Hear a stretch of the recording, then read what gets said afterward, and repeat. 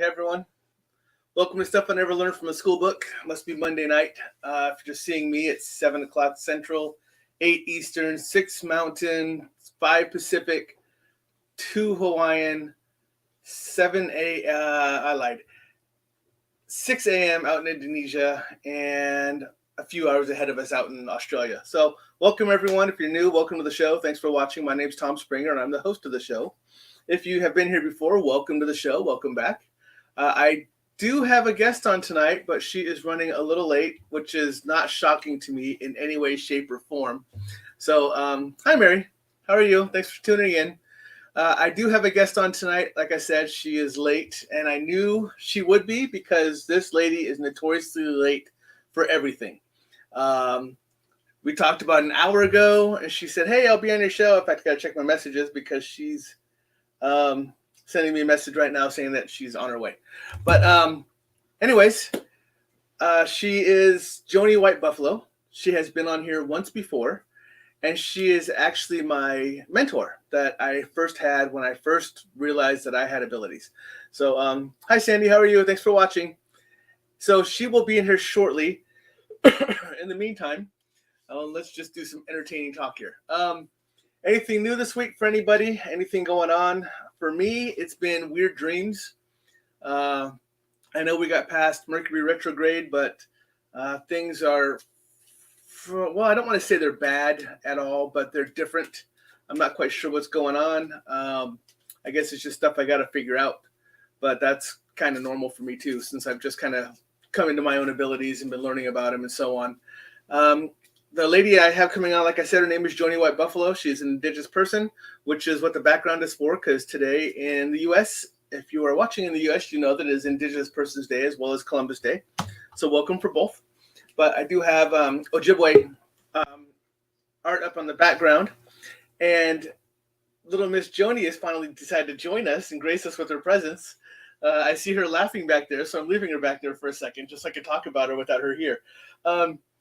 So anyways, as I was saying, she is my mentor, and I know that she hates it when I say that because it embarrasses her, but she is also a beautiful, wonderful friend. Hi, Melody. How are you? That I have had the grace of meeting almost 2 years ago. It's already been almost 2 years. Holy crap. But when she comes on, I'm going to talk to you all about how we met, or the first time I saw her, what actually happened and how that all came about. So anyways, without any further ado, since she's late anyways, I'm going to go ahead and bring in Joannie White Buffalo. Hi, lady. Hi. How are you? I'm good. Just running around like last minute. I told him that I knew you'd be late because you're notorious late to the shows. So you know what? I'm always late, but I'm here. Right? So everyone needs to know that she even has her own show, and she's late to her own show. So I'm not really surprised that she's late here. So hey, what's up, Stuart? Thanks for watching, brother. We call it running on Indigenous time. That's what we call it. How are you? Good. How are you? I'm good. I got the energy is insane. For like the last half hour, it just spiked through the roof. Right? Oh my goodness. I did the same thing. Talking to you, it was all kind of cool. Gonna have my friend on, all that good stuff. And all of a sudden, like, I jumped online about 6:30, 6:35, and all of a sudden it just went boom. And it ramped up. And I was like, oh, well, this will be fun. So hopefully we don't break the internet. Hopefully not. So everybody, this lady right over there, that is Joannie White Buffalo. She's up in Canada. Don't falter for that. Yes, I'm up in the north. But I do hail from Canada and the U.S., so I'm American Canadian. Yes. So she's half right. That's what my husband says because I'm left-handed, and he goes, "Oh, she's half right." Well, you have your own version of football, so it's Canadian football, so it really doesn't count. But that's true. That's true. I have actually an ex-football player that lives behind me. Oh yeah, literally. Yeah. That's cool. I want to tell people. I know I told the story the first time that you came on, but that's been months ago now because you were. If you were not my first guest, you were one of my very first guests. I actually think you were my first guest. I think I was too. I think you were. So that's been since January, since that's happened. So when I met you, I did not actually. It was really weird because I was starting to become part of a investigation team that I'm no longer part of, and you're part of the team, but you're a distant part of the team because you don't travel. Hard to get down here. So what's up, Joe? How you doing? So everyone was online except for me. I wasn't for some reason. I was walking around doing something. But everyone was popped up on screen and where they're saying hi to everybody, like in the Zoom or something like that.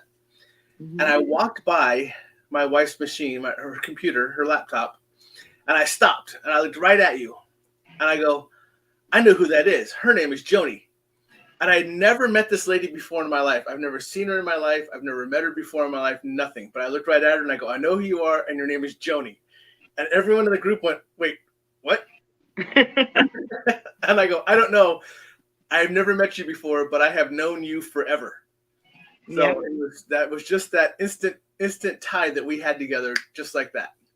And when we started talking too, it was just like, it's like we picked up somewhere and left off. Like it was just such an incredible connection. I was like, wow, that's actually really cool. Yeah. Like that doesn't happen very often, right? Right. So, right. Really cool. So then once you like, I couldn't shut you up. Right? Oh my goodness, poor lady. But it's funny because since then we've kind of we've of course became very good friends, and I other people know you as my sister, some other people know you as my friend, other people know you as my mentor, everybody knows you as all three. See how she rolls her eyes when I say the word mentor? It's so funny. Trying not to turn red. But it's great. It's fantastic, and I love having her in my life altogether. Period. But it's funny because we found out that we have other ties together, but it's not just here. It's been through our Starseed ventures and everything else and stuff like that. So we have been together multiple times, which is, I think, whenever we met, it was just like pretty much like picking up a conversation that we left off on somewhere else.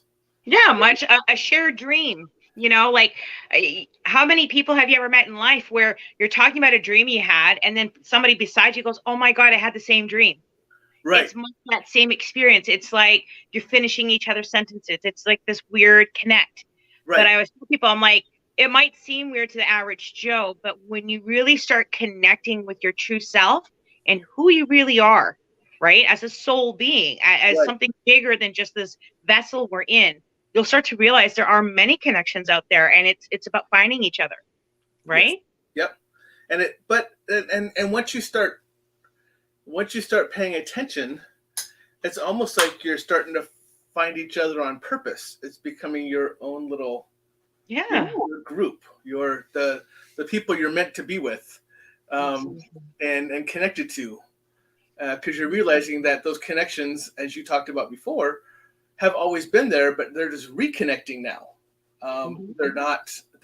Some are new, but for the most part, you're reconnecting with those that you're used to being, or that you've been around in the past lives, past adventures, past whatever. So that's how you're finding each other again. Yeah, and it's pretty interesting how that works. So Stuart is telling us that he really wants to converse with you, but his buffering is really bad. And I know he is. I know he sometimes has a problem with this or not, but I know he's listening. So cool. He'll pop in and out as much as he can. You weren't here. I rattled off a bunch of time zones because I have to talk to all the time zones that we're talking to. And this wonderful man right here, Joe, he's actually out of Hawaii. Melody is also out of Hawaii. And I can't pronounce her name, so we just started calling her Mary. And she's also out of Hawaii. So, well, I said, hey, can you tell me how to pronounce your name? And she was just call me Mary. So we just went with Mary. So I get it.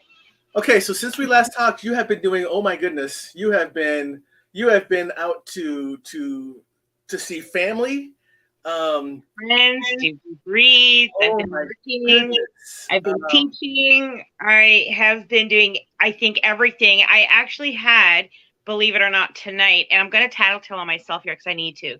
That's just what I do. I'm the worst liar. I like totally will kill myself. No poker face with this one. No. No, there is none, right? But so I had an appointment tonight. Although, so this was somebody I already sat with a while ago, and this was their follow-up. And I had reminders on, even when I was out of town and I was doing reads yesterday, I got the reminder. And then today I got the reminder 2 hours prior to the read. And I was like, okay, and this is a follow-up read, right? So don't come for me, guys. I already gave a really good read, but this was a follow-up. And I was like, okay, it's 5 o'clock, 4:30, 5 o'clock. So I've had this person at 7 to 7:30, right?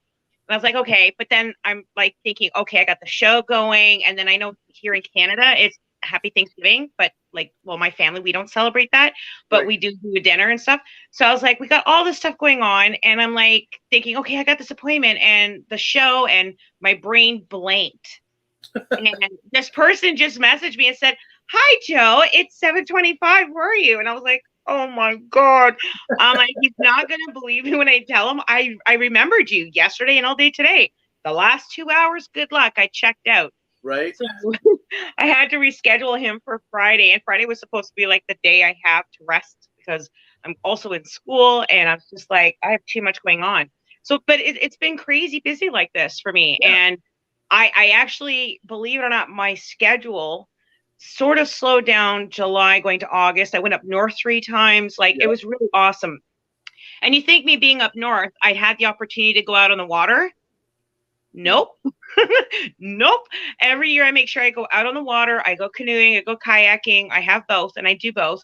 Didn't go out once. So I'm just sitting here thinking to myself, okay, well, take this time because come September, going to get like crazy busy. I was booking up to 3 months in advance. So I took a pause for end of September. I told everybody I'll take a few appointments in October, but we're going to pause right there because I don't know what my schedule is going to look like. I'm so busy, right? But sure enough, like today, even like you and I were chit-chatting and I'm like, I got to connect. And I've been trying to connect with you the last 2 days, you know, like you didn't catch the telepathetic, right? Like I've been trying to message you and you messaged me and I was like, okay, we're going to connect. It is funny that you say that because I was actually going to send you messages to see how you were doing to make sure we were all still good. But I didn't because I knew you were so busy. So I purposely didn't message you because I've been watching. As I tell people, I stalk you, not just you, but people that I have on my show. But I was stalking you because you're my next guest, and I was seeing everything you were doing, and I'm like, one thing she doesn't need is me jumping in saying, "Hey." So I was like, "You're my brother. Hey, you're good." I was like, here's my thought process. I'm like, it's me. She won't forget me, so I don't have to worry about her being on my show because I know we're good. You know what? Funny enough, like I'm actually pretty good at like, you know, time management and getting things done.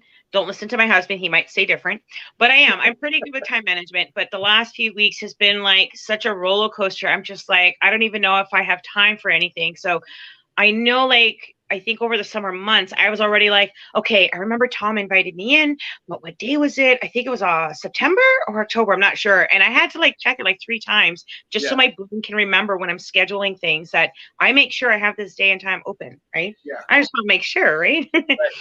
But it's fantastic to be busy in a sense too, because I think for a lot of you guys out here can relate to this. The last 2 years have been hard, you know, with the COVID and the shutting down of the world and, you know, a lot of restructuring going on in our personal lives, right? So for me, it was like, this was my opportunity to take that chance and to start something new, something different. So I decided, you know what, let's dust off that cap and go back to college, get my degree. I'm going to continue into master's. I'm currently applying for Victim Services Board to get a position there. And it's with the police services, and that's I can't wait. I'm so excited for that, and that's gonna be after January. So I'm just sitting here like, you know what? I made myself this busy because I want to get things done, but I have to remind myself. And we just had the full moon the other night, right? And this is in Aries. This is about checking in with your relationships. right? So what does that mean when I talk about scheduling, getting my affairs in order, starting new things, projects? Don't forget your relationships. Yep. Don't forget your loved ones, your friends, your coworkers. You know, as great as it is to be busy, you also have to carve out time even for relationship with yourself. Make sure you spend that time and you say every day I'm going to put like an hour or two to myself, whether it's me taking a nap, a long walk, a bath, or even just sitting on boob tube for an hour and watching like, you know, mind numbing shows. I don't know, like, you know what I mean? But it's important to have that time every day and you set it aside for people that are important to you, right? Because right now we're going to go through a restructuring of relationships. And it doesn't mean this is in any negative way. This is more like, are the people in your circle really important to you still today? If they are, what are you doing for that relationship? And the ones that are in your circle that you're realizing you're starting to fall apart, is it healthy to keep them in, or should we start changing that? You know what I mean? Remember, when we come into each other's lives, it doesn't always have to be for the lifetime. It might be for a season or a reason, right? So you know how people do like the Facebook friends list cleanup, you know, like I don't even do that. I just post like really awful stuff until people get fed up and then they leave on their own. That's an easy way to do it. No, I'm the meme queen. I love memes. But I do a self-check and look at like, how are my friendships? How are my relationships? Like, I will say this, Chanel is my sister. She's my twin soul. I am heartfully ashamed. I haven't been able to connect with her for the last 2-3 weeks. And I really need to. I really, really need to. I just saw tonight and I'm like, okay, after I'm done the show, I'm going to reach out. So I'm going to bug her. But it's realizing those who matter that mean the most. So believe it or not, I actually have a very small structured circle, very small. And so I make sure that I keep in touch with those ones and let them know that I'm thinking of them, that I love them. Right. So that's the full moon we have for this month. And you know what, some of you out there, you might be hanging on to a relationship that no longer serves its purpose, or you're trying to make something a go and it's not working, and you might have to look at another way of helping it, you know, grow or develop or give it a healthy foundation, right? So there's many ways we can look at it. So I'm pausing you for a second. Sure. I only read a blurb on this, so you'll have to fill me in on the rest of it. But you started something new, like very recently at your, I want to say at your location, at your home, that is involved all women. Yes. Wow, call me out on it. Yes, I did. No, it's good. No, this is good stuff. You know, it ties into what I went through this weekend and how I met certain people, and I went to one of the largest fairs in Ontario. I think she said Canada as well. I'm not sure, but don't quote me. But Norfolk County in Simcoe, Ontario. So it's just after Hamilton, you guys, in case you're wondering. Every year in October, they have a fair there, and we went. So when we got there, I'm probably jumping ahead, but I got to share this anyway because I am so in love with this cow. Right? Oh my goodness. Like 0 F's given. Like I was all over this cow like a fly on a pile of poop. Like this cow probably. Holy cow! What is this draw that you had to this cow? You know, and this cow's probably looking at me like, "Listen, human, get the F away from my pen." You know, I don't know, but I went in and there was like 100 cows, and I loved them, and I was like cooing and cawing all over them. And I saw one he said it was a silverback cow, which you don't normally see. Yeah. And I was talking to the farmer, and I'm like, "Can I like move in yesterday? You know, I'll do all the free labor. Like I'm offering myself up, you know." And so we got to chatting, and then I walked down further, and then I saw her.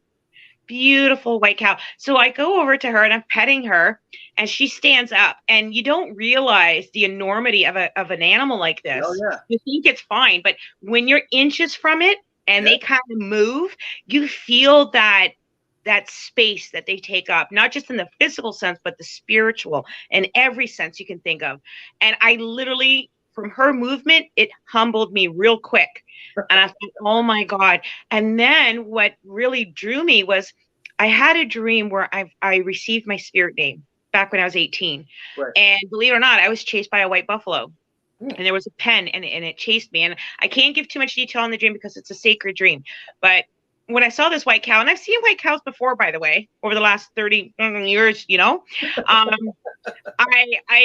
one though in particular drew me. And as she stood up, I was like, oh my God. I was like, hi. And I went to talk to her, and she went and put her head down.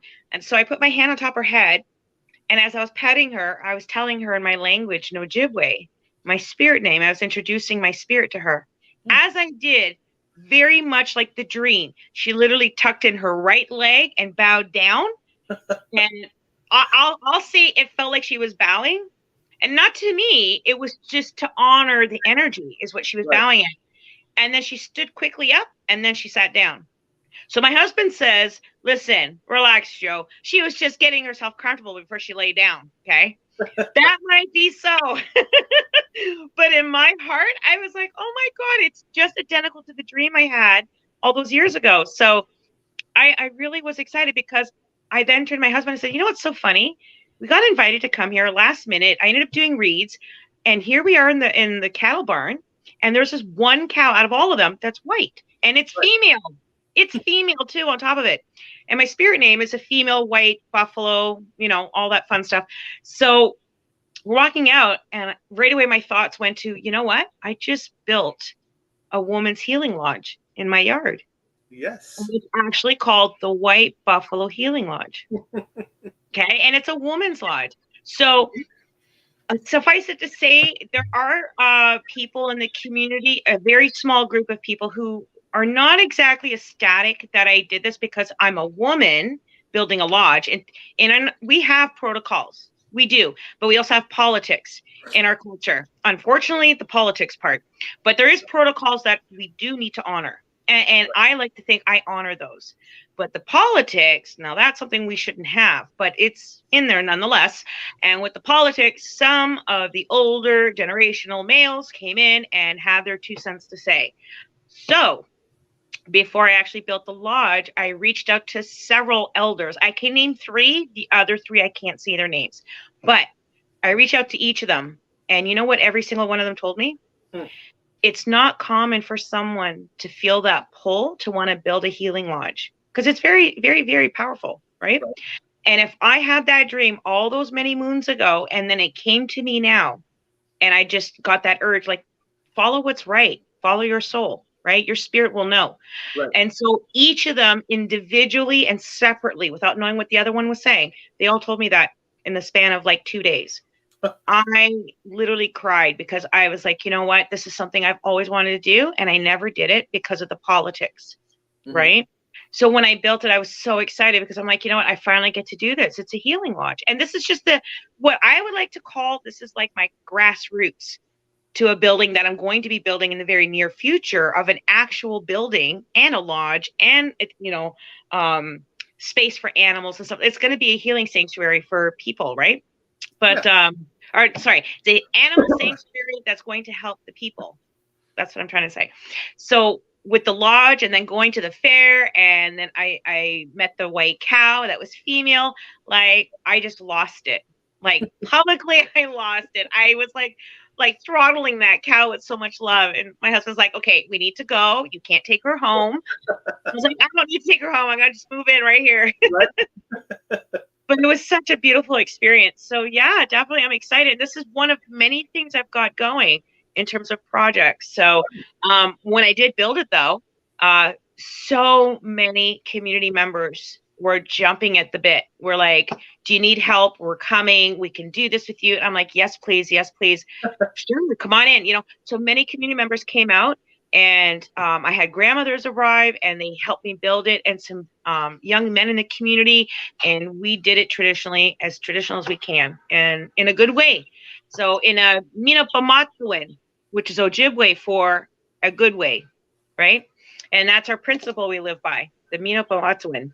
So we did that, and I'm excited. So I can't wait, because I haven't had yet the time, but I wanted to do it full moon. Of course, we ran out of time. We didn't get it in time, but I'm going to, in the next little bit coming up, I can't really say when, because it's kind of ceremonial, right? But I will be doing a lodge, and I'm excited. And so here's the thing, though.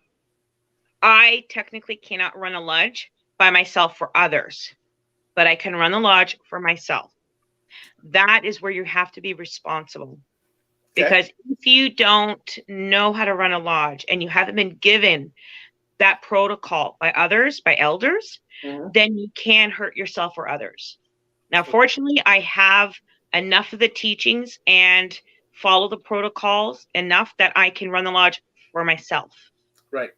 But to run it for other people, I would have to get other community members, or sorry, not community members, elders, yeah, medicine people. You know, there is protocol and we have to follow that. So that's what I would have to do. But that being said, like I said, this is the beginning steps. This is my grassroots, right? This is where I'm going to start.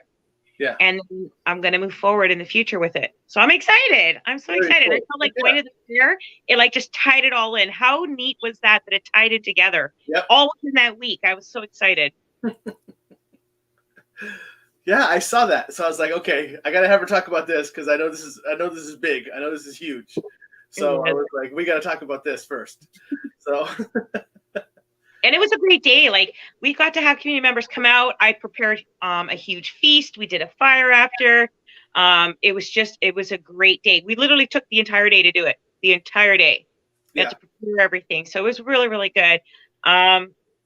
I think moving forward, this was kind of like, it was a gentle reminder to, it's good to listen because, like I said, there were older people who are of like that 1950s generation, you know, women are not meant to do anything but be barefoot and pregnant in the house, you know, that kind of era. Yep. So when I was confronted with that, it hurt. And I'm not somebody who's confrontational in that sense. Like, I'll respect the elder and not, you know, not only repeat their name or talk about, but I'll carry that. You know what I mean? And it made me feel a little sad because I thought, you know, if this elder ever sat with somebody else and did that, that other person may not be able to handle that conversation. Right. You know what I mean? Yeah. So, you know, moving forward, I was like, okay, I got to take that in stride. But at the same time, like my other elders were telling me, is you got to trust your spirit. Yeah. You know, if you're doing it with the intentions are all in a good way, Mino Pamatsuin, then you're going to be okay. And so that's something that I think a lot of us struggle with, is learning to trust our own spirit, our own intuition, our own gut, right? That's a scientific term, is gut intuition, gut feeling, right? Yeah. That's scientific. I mean, how many of us second guess ourselves, right? And that's all I was doing. But I have to remember, like, you know what? I'm second guessing myself because I'm letting others come in and fodle my mind. And although their intentions for themselves, they think is in a good way, and I get it. At the same time, it's like, you know what? I know my own truth. Yeah. And I'm second guessing myself, and that's not honoring our spirit, right? So it's just reminding me. And I literally, like, I'm not kidding when I say this, I actually cried that day because I was so broken from the way people were talking about it. And I mean small, like 3 people, you know, but it hurt. And then to have like hundreds of others come in and be like, it's okay. You know what? We're going to do it. Right. You know? And I was like, oh, this is so great. Yeah. So yeah.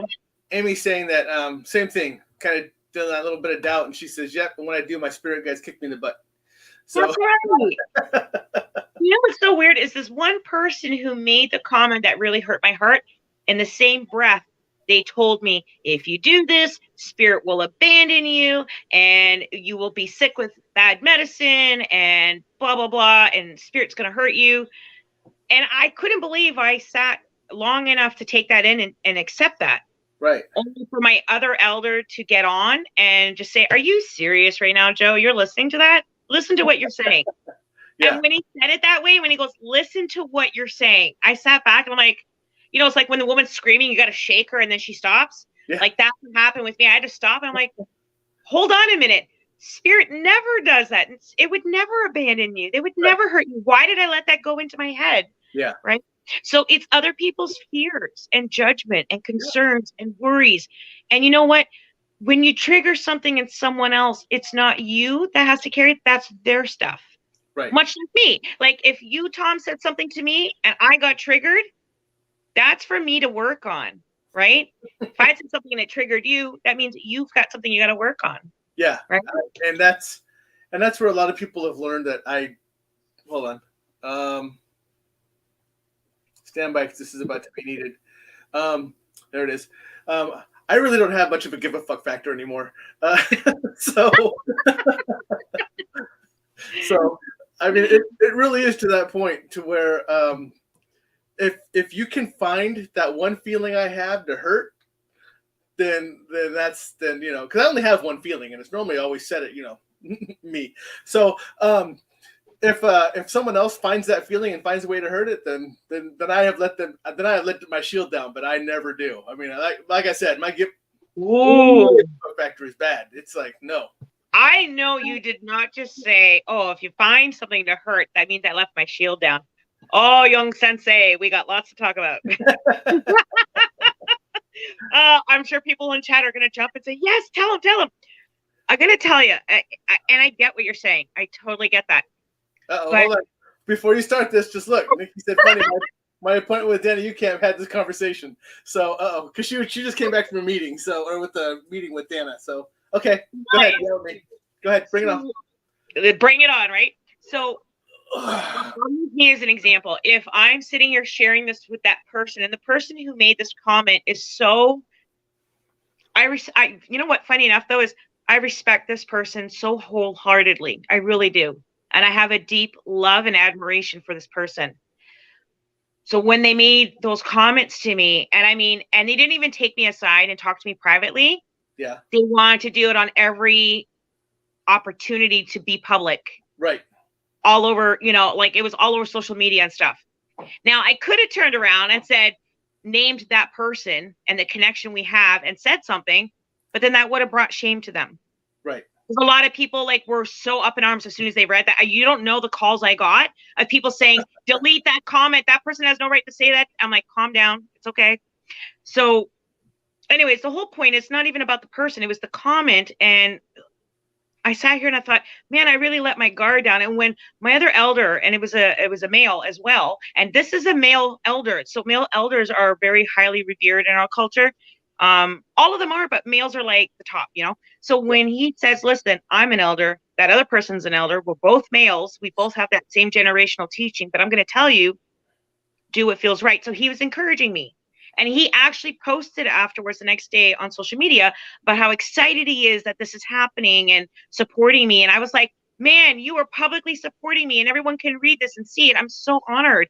Right. So, and it's not because of even me, it's the fact what needs to be done following that true gift, right?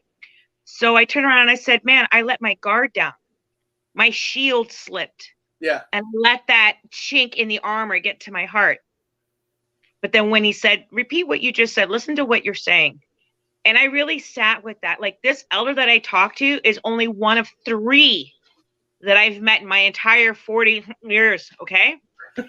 And I love and honor and respect this elder so much. I just did a paper on him for my college communications class. I just did a paper on him, life development class. So anyways, I sat here and I thought, you know what? If you're walking around feeling like you let the shield down, you put your armor down, there's a problem right there. You shouldn't have to feel like you have to walk around having that shield up. Because you know what? What you're doing is you're really putting that buffer between you, other people, and spirit. Remember, we're here for purpose, for teaching. Right. So if somebody comes in front of you and says something and it triggers you, yes, the human side of us wants to protect ourselves and say, not today, Satan. Get out of here, Karen, right? But those Karens and Felicias need to come in and do those things because we have to be triggered to look at what needs to be healed. So when you put that shield up, you're preventing that teaching that soul came here to do, much like you came here to learn, right? Right. So that's why I said, Tom, I'm going to get at you. So you need to abandon the shield, drop it all together. You hear me, Nicole?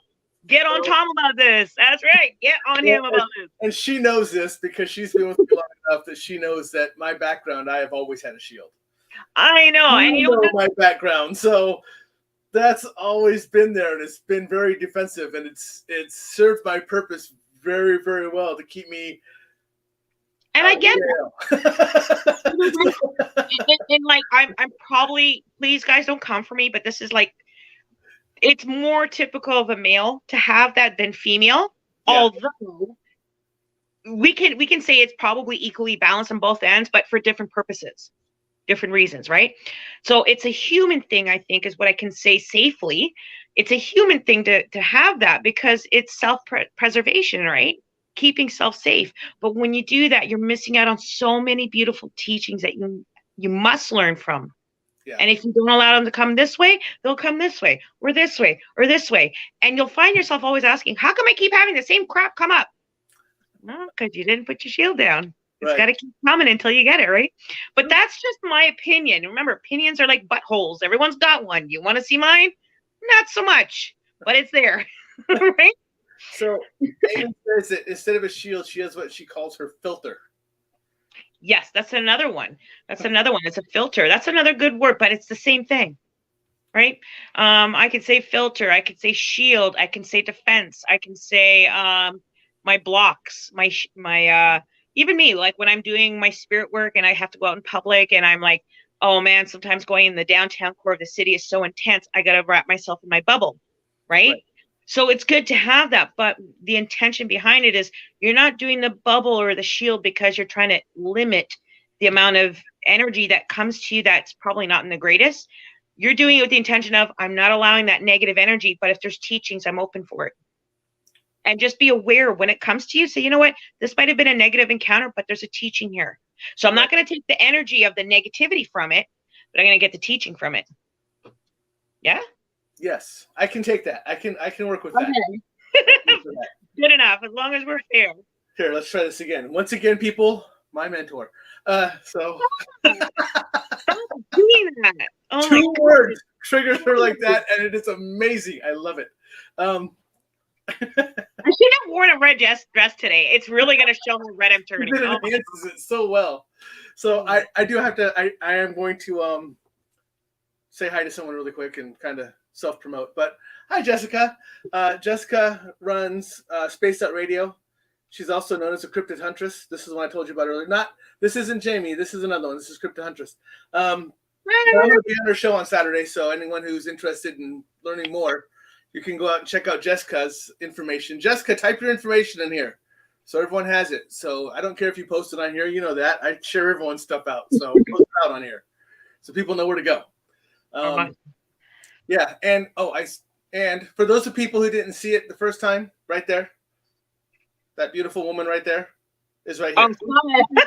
Okay, so you can go out there, you can find that information. If you go out to the site, that is that woman right there. She has all of her information out there, what she does, who she is, all of her. She has a lot of her pics that she shares, a lot of everything out there. It's fantastic. I go out there as everyone knows. I stalk my guests, and I use that word because that's the word they know me for. I stalk my guests very well, so I always research everything. But this is right here. You need to go to this site right down here and go check it out. She has readings. She does readings. She does all kinds of wonderful stuff. And go out and reach out to her and say, hey, I saw you on this show. Oops, my stuff I never learned from the Schoolbook is down there now. I saw you on that show, and I want to talk to you more. So I'm telling you, fantastic. No, we're not done with the show. I'm just going to throw that up there about 4 or 5 times. So that's what we're working on. So, hi, Lonnie. If we're doing shout-outs, I want to do a quick shout-out to my home, my reservation. You know that. First Nations. What is up? My family, my peeps. I love you. I miss you all so much. I can't wait to come back. Yeah. I was hoping to get there before Christmas, but well, I don't know. We'll see. Depending my schedule, right? It was great seeing all the pictures and the videos you sent too. Yeah, I mean that's my home, right? So whenever I get to go back, I'm like, I literally look like a tourist. I walk around my uncle's house. I'd be like, oh, can I video this? And it's like, why? And I'm like, because I got to bring something home with me back to the city. Right. You know, it's an 18-hour drive for us, right? Yeah. And it lets us see a totally different side too. Because like I said, as you know, I do have some form of Native American background. I just don't know what it is fully, and I'm still trying to figure that part out. So it's nice for me to see. It's nice for me to engage, even if it's only through pictures and through video. At least I get to still take part and kind of see what it is, because I feel a pull when I watch them. I feel a pull. I mean, there's no doubt about it. And it's not because it's you. I mean, that obviously I have a pull because of you, but because of the surrounding environment and everything else, and the environment you are in, I feel the pull. You know, it's not just like, oh, this is pretty. It's like, I'm tied to that somehow. I just can't figure out how yet. I haven't figured out. You know, I said this from day one. What I love about my culture, my Indigenous culture, is the beautiful thing is we are a type of people. We solely connect to source, to universe. We connect to the land. Yes. We're not the only culture out there that does it. Right. But what I can say, at least from my own standpoint, where I am, I'm a proud Indigenous woman, and I come from a heritage of many people who I am a survivor's daughter. You know, I'm here because they survived, right? Yeah. So I'm honored to carry that, and to know that when we work in the way that we do, and we live and we breathe and we play, we're always very conscious of where we are and who we are, right? As energy beings, as soul beings. Right. Right. We connect to Mother Earth. This is Turtle Island we live on. You know, we connect to the universe and the star beings, right? So believe me when I tell you, like, when I talk about my culture, my identity, and who I am, and it's not just subject to who I am. There are so many cultures out there that follow that so closely, if not identical, right? And it's because we've learned to listen to the ebb and flow of the universe, and we walk with it. That's what we do, right? Yeah. So I love that I get to have this rich culture in my life. Yeah. So whenever I have to go home, I literally feel like it's like you put the piece of the heart back to the heart and made it whole. Yeah. You know, and you don't have to go back to your reservation to do that, but that's just how my soul feels when I go, right? So we've met many people who are non-Indigenous who are like, oh, how can I come to, you know, your annual powwows, or how can I come to your reservation or learn about the culture, or, you know, some of the things that you guys facilitate, like sweat lodges and all that stuff. And I'm like, you know what, you don't have to be Indigenous. Yeah. You just have to be somebody who's willing to be open to work with universe, and understanding that everything connects. Everything has energy. The rocks have energy. The sun has energy. The fish have energy. We have energy. Plants have energy. We all talk to each other. We communicate in this way, right? The solar system, we're all connected. It's all interconnected, right? So I do a lot of teachings, and I tell you, like, one of the most favorites, there's two stories that I share in teachings. And I get asked to tell this story all the time. One is the Grandmother Moon story, and the other one is about Nanabush and Muckwa and how they came to be.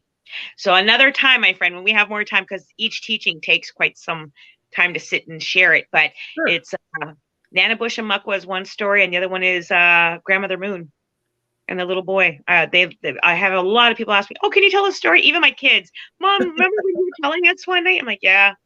Well, I would take them camping every year, and we literally go sleep, eat, and live in teepees off the land, right? And we have fire inside the teepee, and, well, technically we call them wigwamming, but you know, the non-Indigenous word is teepee. Right. So, you know, we'd be laying in bed, and the kids can hear the, you know, screeching owl, and they're like, "Oh, I'm scared." I'm like, "Don't worry, I'll tell you a story." So that's when it started. When they were really little, is I would share the teachings that I got as a child, and my kids now are in their mid-20s. Oh, I shouldn't have said that, because now it's going to age me. Jesus. But this is what they'll do, is they'll ask me to tell this story again. So I do. But another day. We'll do it another day. Perfect. Yeah. So you know, earlier we had this conversation before we came on here, and we never did discuss what we're going to discuss. Whatever you're open to. No, remember, this is you. I am simply the host. You are the guest. So do you want to talk UFO? Do you want to talk Starseeds? Do you want to talk? I mean, I don't care where we go. You and I have some awesome conversations that we kind of go everywhere. And I was going to say, we'll just go everywhere. Like, that's kind of what we do. And I mean, I'm not sure if you're set up to do phone-ins or anything like that, but I'd be happy to even do a few reads if anyone here is interested. Hi, Debbie. Thanks for watching. That's up to the audience. I can always invite people into my show. I can get people into the show if they actually want to come in for readings. That's up to you, though, because I know that takes a bit to get you to read. So well, how are we for time? Like, what is the show? I think is what, an hour long? We talk until we're done talking. Hello. I will tell you that I always tell people my show is an hour long. I have never had a show only go an hour. We always go anywhere from an hour and a half to 2 hours. You know why? Because it's my show.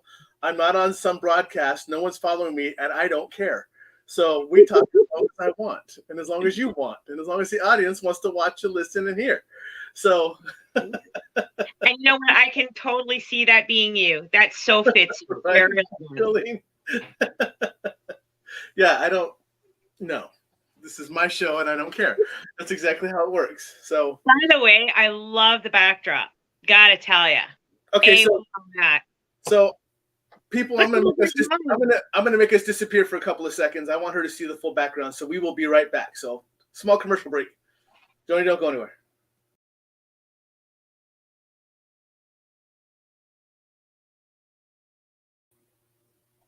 That's Turtle Island, right? Oh I told you were gonna like it. Well, who's the Indigenous artist? Do you have the name? I do not. I looked for it, but I did not find the name of the artist. I was going to bring it up on the show, but I did not find the artist.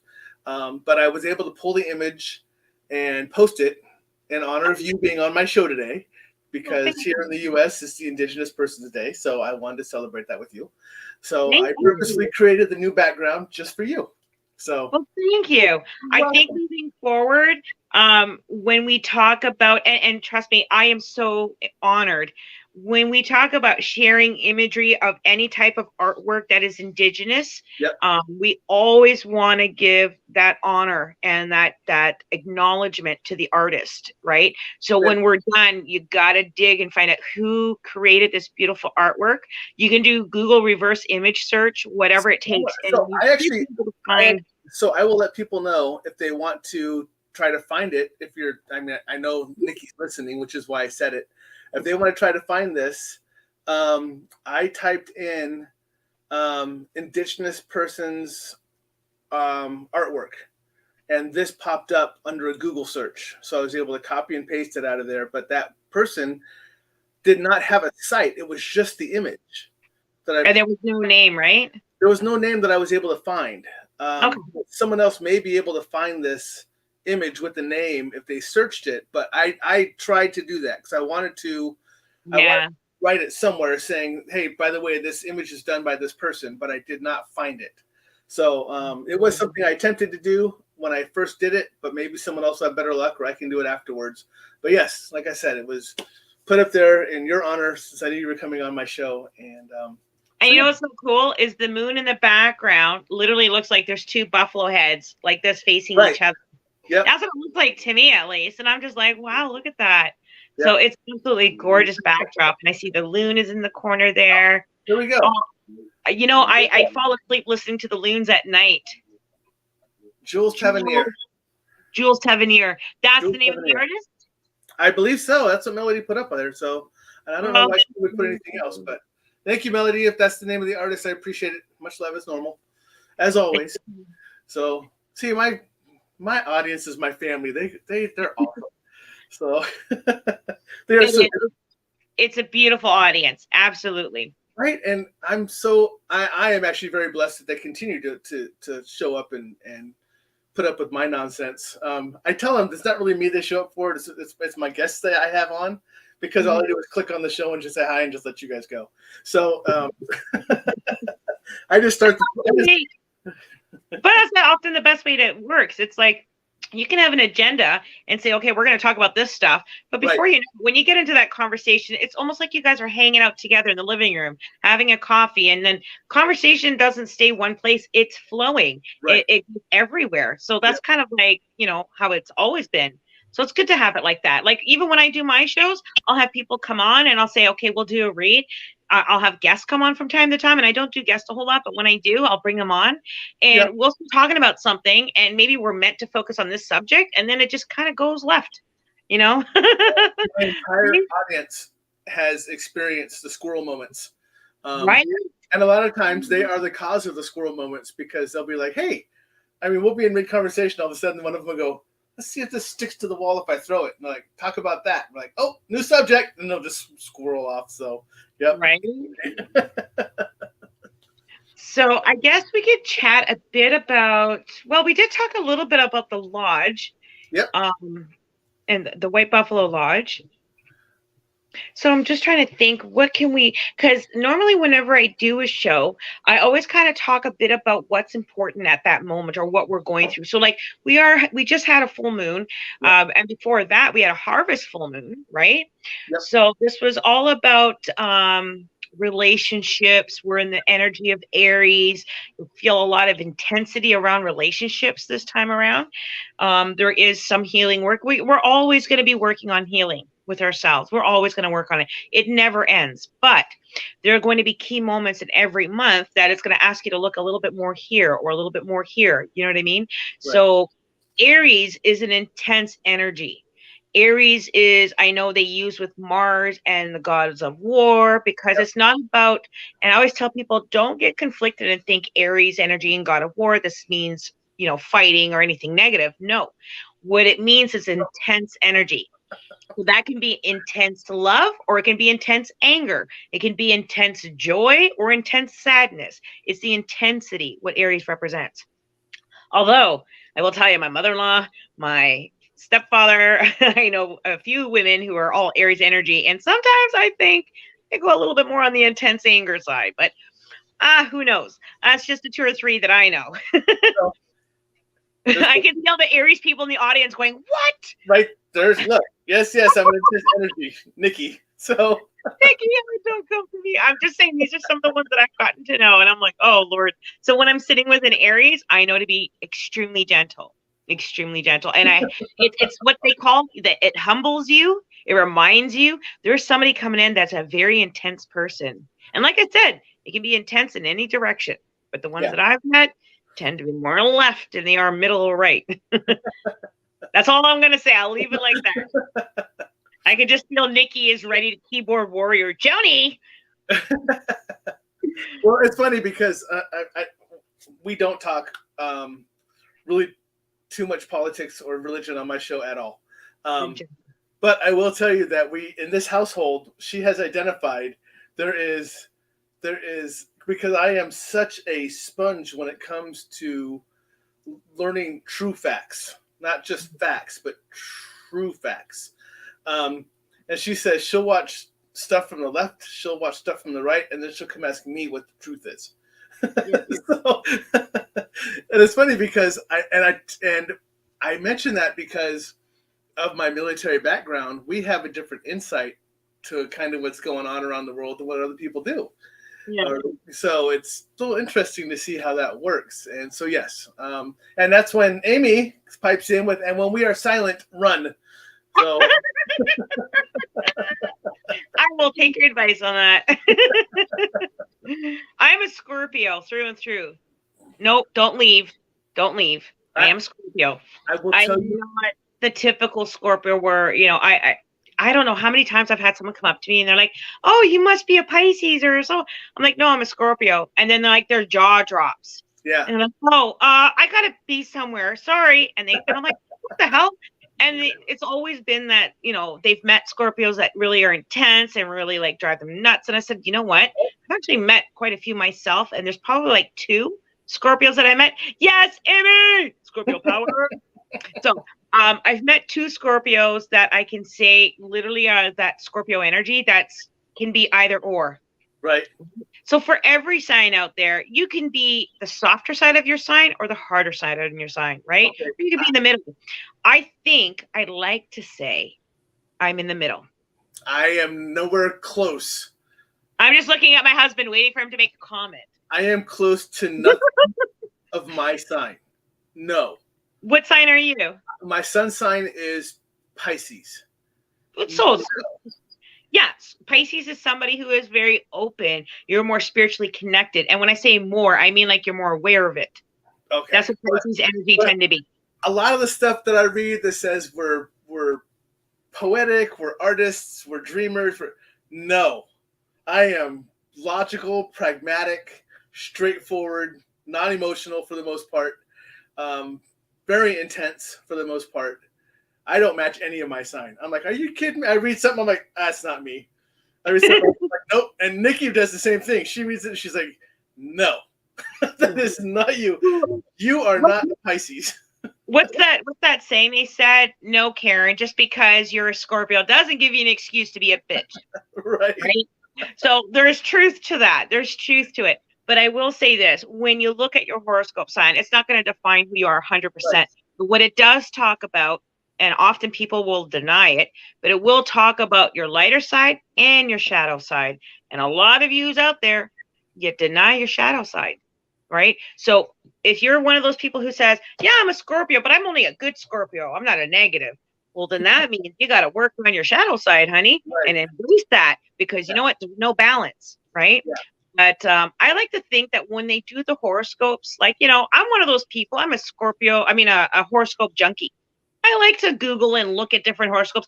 And it's not because I'm really like living off of it. It's more like I want to see how my day goes. And at the end of the day, I read the horoscope and see how close were they. Right. So it's about a 70 percentile. I'll say that. And that's covering more than 5 different types of horoscope pages I visit from time to time. Yeah. But I like to think it's because they follow the stars and the map of the planet. So that's where it comes from, right? So where in the world are you? Where were you born? That's why all of those things are really important. When you want to go and get your, what's that saying? Not only your astrological chart done, but you also want to look at numerology, all that fun stuff, and how it all ties into you. So if you're sitting here going, oh, I'd like to know my astrological chart, you go to somebody who's learned how to do this stuff really well. And I'll be honest, doing the work that I do, I've tiptoed into this. I understand a little bit. I do know we have 12 houses in each of us. Right. And so, for example, the 10th house would talk about relationships. The 9th house would talk about money. The 8th house would talk about friendship. Yep. Let's say that, and it kind of goes that way, right? I couldn't tell you from left to right if someone says, oh, your 10th house is in this square trine of Pluto with, Mars. And I'll be like, you lost me. What does that mean? What does that mean? Break it down for my ADHD brain, because I'm going to squirrel, Well, what's funny is I just pulled mine. I just did my chart. I pulled it from online. Someone sent me a good link to go to find it. And I pulled it, and I was able to do my chart. And it told me everything about all my different houses and my signs and my sun and my moon and my Venus and my Mars and blah, blah, blah. I was like, all right, where's the summary page?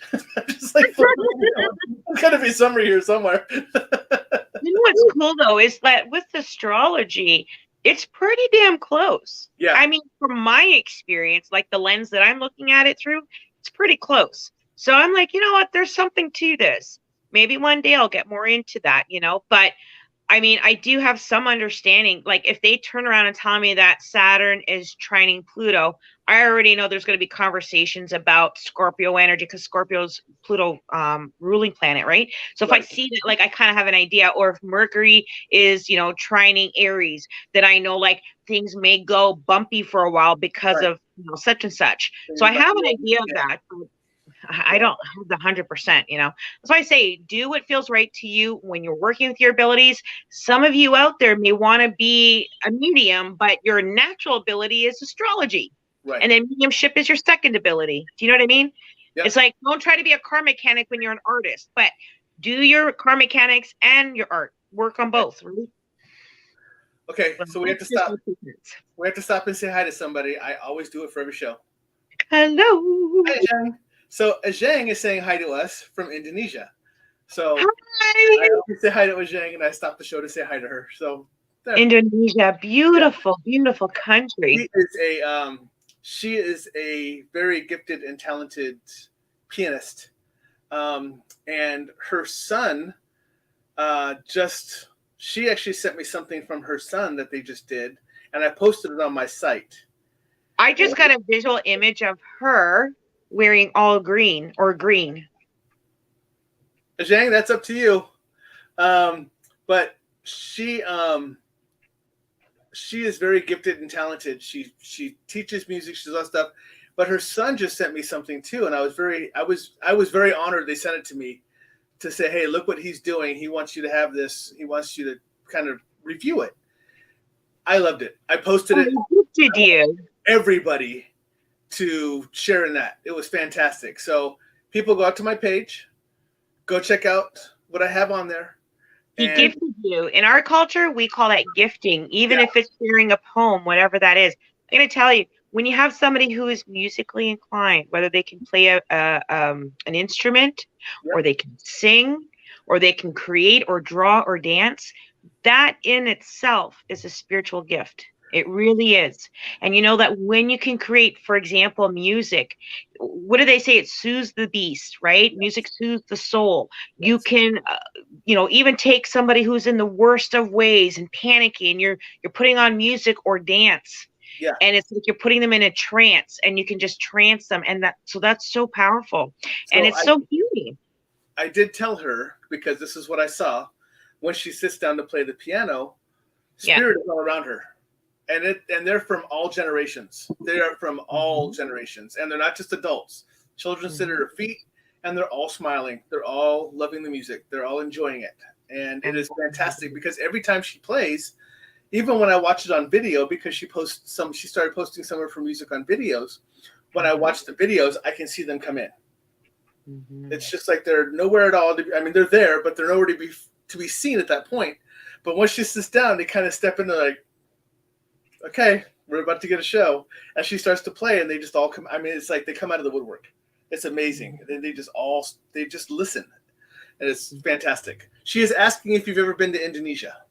No. I have been on a plane up until I turned 17, and I never went back on a plane again. Oh. I will not share the reason why, but I will. I highly doubt I'll ever get back on a plane again. But she's saying yes. Even to herself, music can soothe her from an uncomfortable situation. Absolutely. It is. So one of the things that I noticed when I was in spirit is like everything, even the blades of grass as it's swaying, is making its own energy, its own music. You know what I mean? It's like a humming, it's very, I don't know, it's like a melodic. I don't know how you would say that. Yeah, something like that. But it's very entrancing kind of, and it almost sounds like singing, but there's no words, and It's not exactly humming. So the closest sound that I guess I can say it sounds almost like would be maybe harp, almost like a harp sound. And that's just the energy of the blades of grass moving, So when I work with spirit and, I get that chance to go back onto that side, not only do I see sometimes things, but all the time. So sometimes I see things, but I always hear things. Every time I'm connecting, is that sound. And it's just, I almost want to cry when I think about it. It's so heart deep.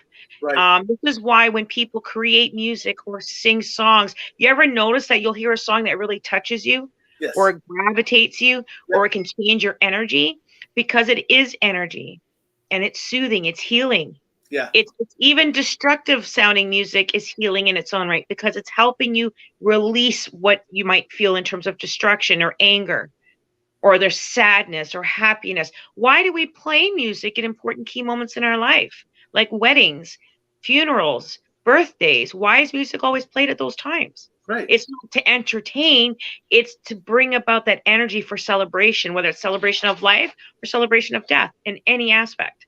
Right. Even with doctors, when they're working with patients, you'll see a lot of time they'll bring in and do music therapy. It's huge. Yeah. And I don't know if I've told her, Ajang, but I've told others that Ajang doesn't just play music. She actually lives the music she plays. Yeah. That's really what she does, because I can feel the connection when she plays of her to her music. So she really lives the music she plays. She doesn't just play music like some other people do, because she is not playing it like some other people that are just doing it. They started it out because it's a love of music, or because they were forced to take lessons or anything else, but then it turned into something else where they can make money off of. But that is not her. That is not why she does it. I was one of those people as a kid. I was forced to do piano for a short 2 years. I hated it. I loved the music. I hated that I had to do it. Right. And I'll be honest, you know what? It never turned into a passion for me, because it wasn't one of my gifts. It wasn't one of my abilities. Yeah. But I'll tell you, I took dance class, and it's almost like when I danced, it's almost like I went in this trance and nothing mattered. I didn't care how I looked. And I'm like right now we're doing this show. I was so nervous. I always get nervous. Even when I do my shows, I'm like, oh my God, people are going to be looking at me. But when I was dancing, it's that same trepid, feeling. And then when the song comes on and I got up on the stage and I'm moving and dancing and the lights and people watching, and it's like, boom, I'm in this bubble and nothing else matters. And it's like that energy really carries out. And then I hear people telling me, oh my God, when you were dancing, like I could feel that movement. I can, like it really connected. And the same goes for like when I'm watching somebody perform. Right. When it's music, if they're really doing their craft, you will get pulled in. Look at Celine Dion. How many people are drawn to her? Because when she sings, it's not just words and making music, it's her soul is in it.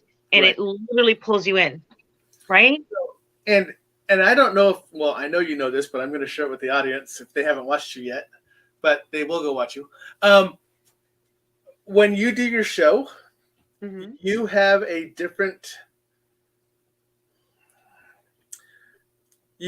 vibration that comes off of you that sends it into a glow. You can actually see it radiate out of you when you're doing your work, and it's really cool. Yeah, it takes on a whole life of itself. I don't know if anyone's ever told you that before, but I will tell you because I watch.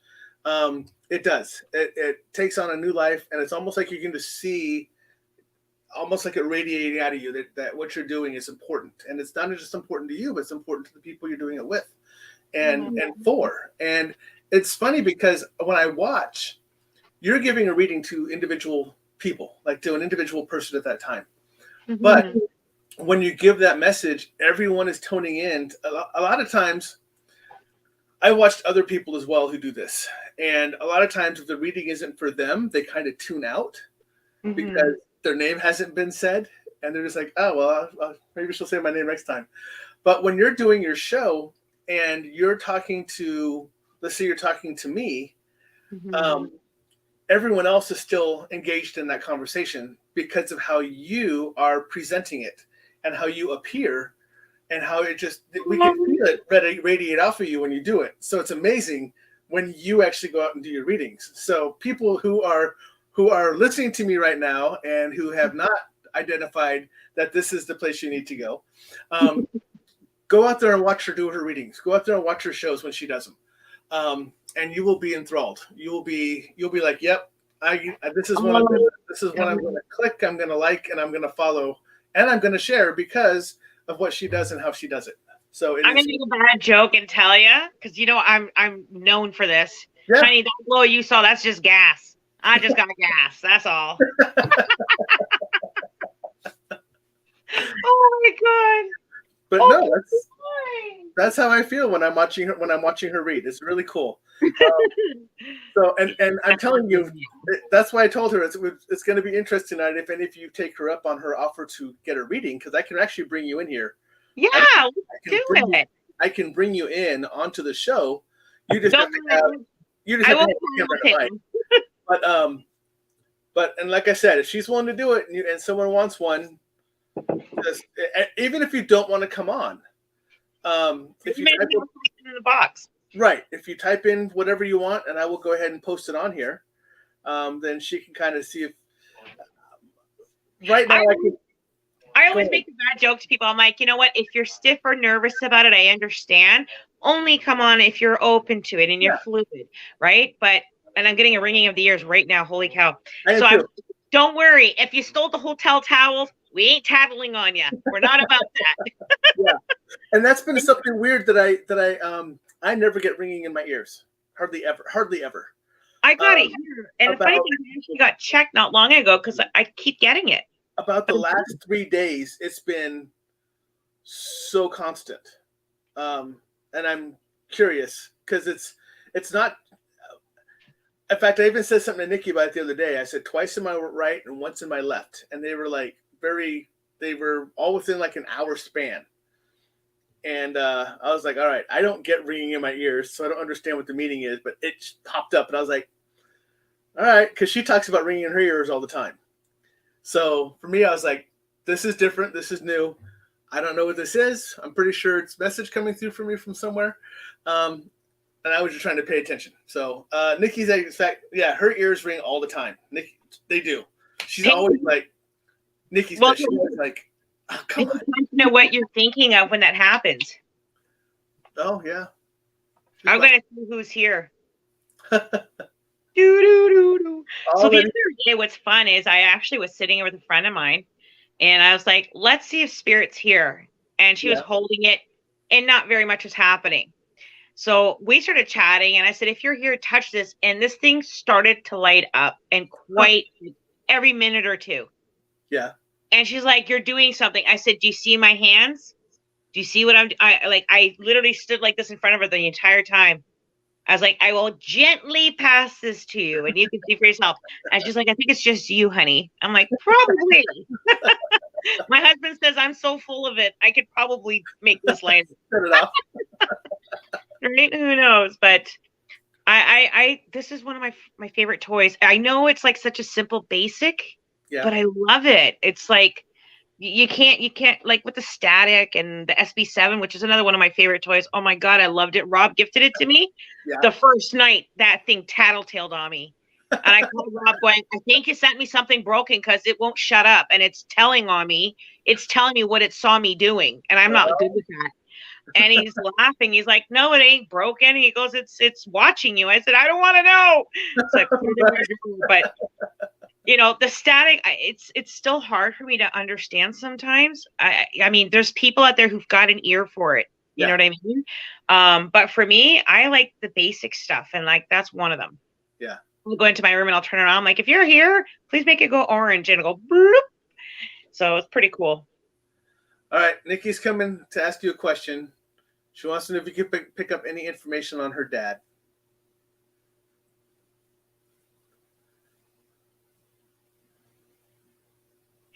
I'm not sure if this is your dad or not, or what. The only thing I'm getting right now is I got to talk about the birthing of somebody else, and there is someone who's transitioning. Although I don't think it's dad. I feel like this is going to be uncle or great uncle or godfather that's going to transition soon. But with that transition comes birth.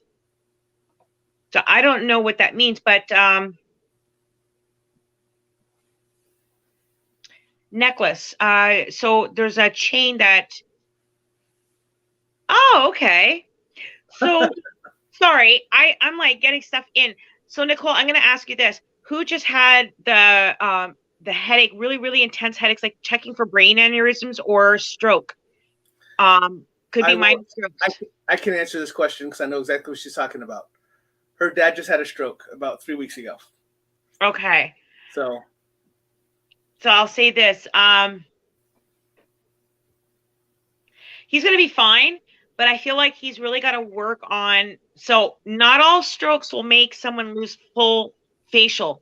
You know, that might happen temporarily and it comes back quickly. I feel like this is something that they're like, he'll be talking and have to hold his mouth up like this when he talks.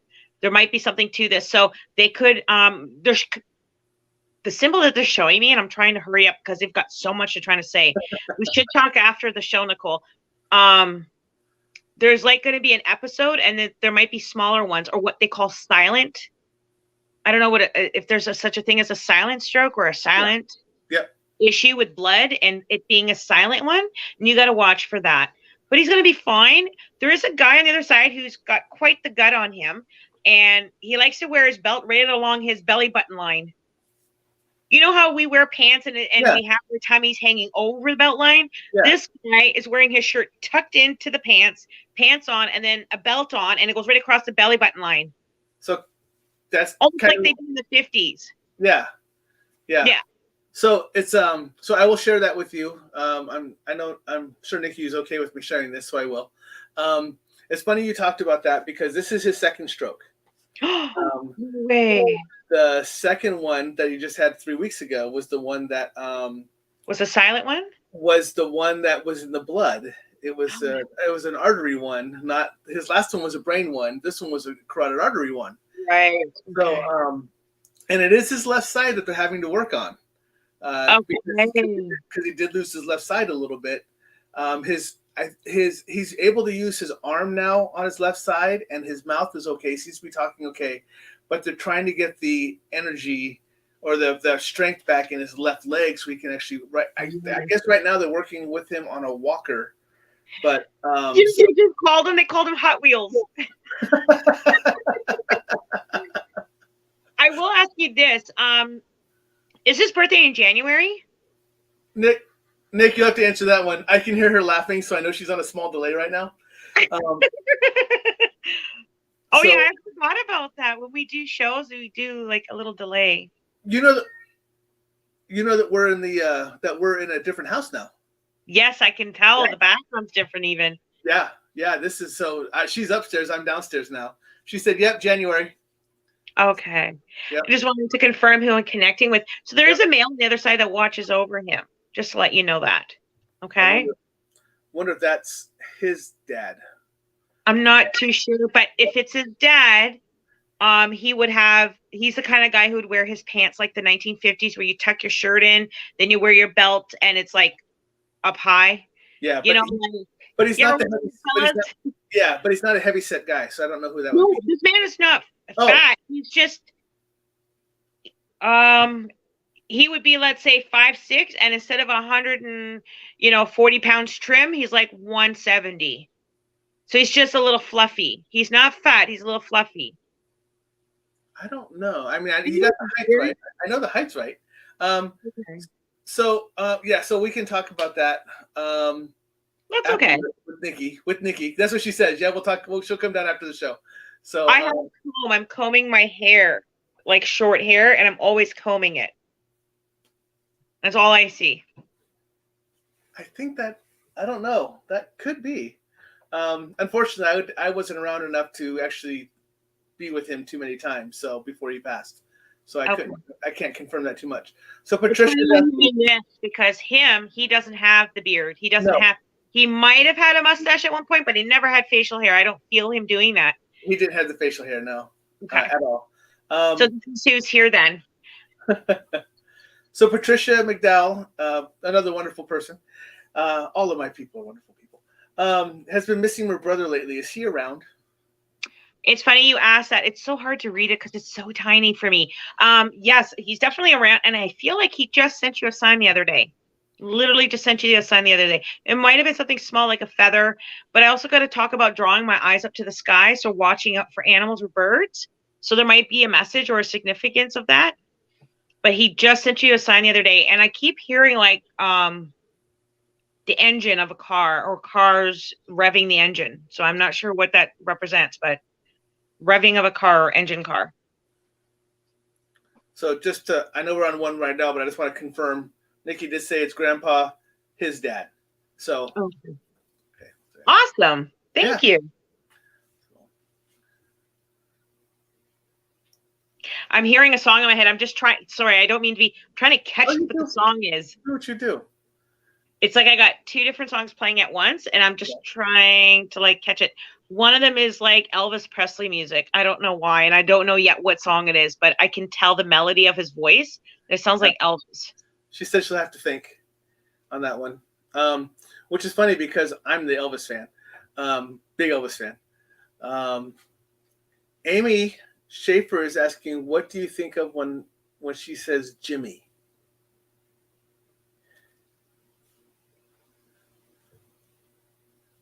So with Jimmy, I feel like I got to talk about concerns of health or illness.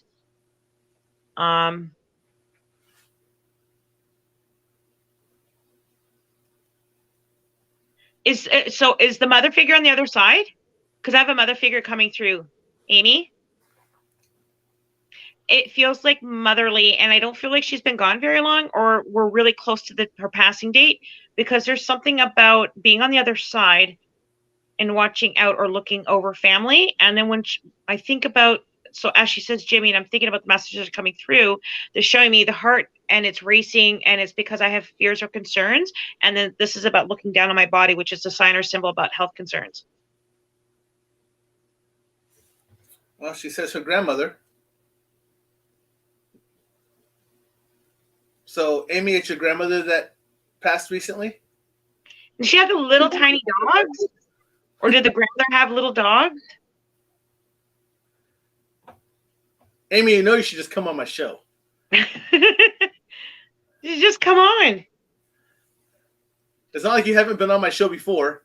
Amy's been on my show before. So, oh, she says no dogs. Okay, you know why I'm asking? Because they look like little chihuahuas. Those really loud beep, beep, beep, beep, That's what I'm getting here. I don't know who this guy is, but I got like a lot of pop marks in my face. And I'm not sure yet if he wants to connect to that guy, but I got like, it's almost like I've got very pop mark kind of face or scars. You know what I mean? Like little holes and scars on the face. He says a lot of cats. Patricia came back now that she's thought about it. Okay. He says, okay, I was thinking about him last week and he left his 67 Corvette. And suddenly there were all these sparrows on my balcony last week. Sparrows. Oh, that's beautiful. See, this is just their way to validate and say, I'm around. Just pay attention to the signs.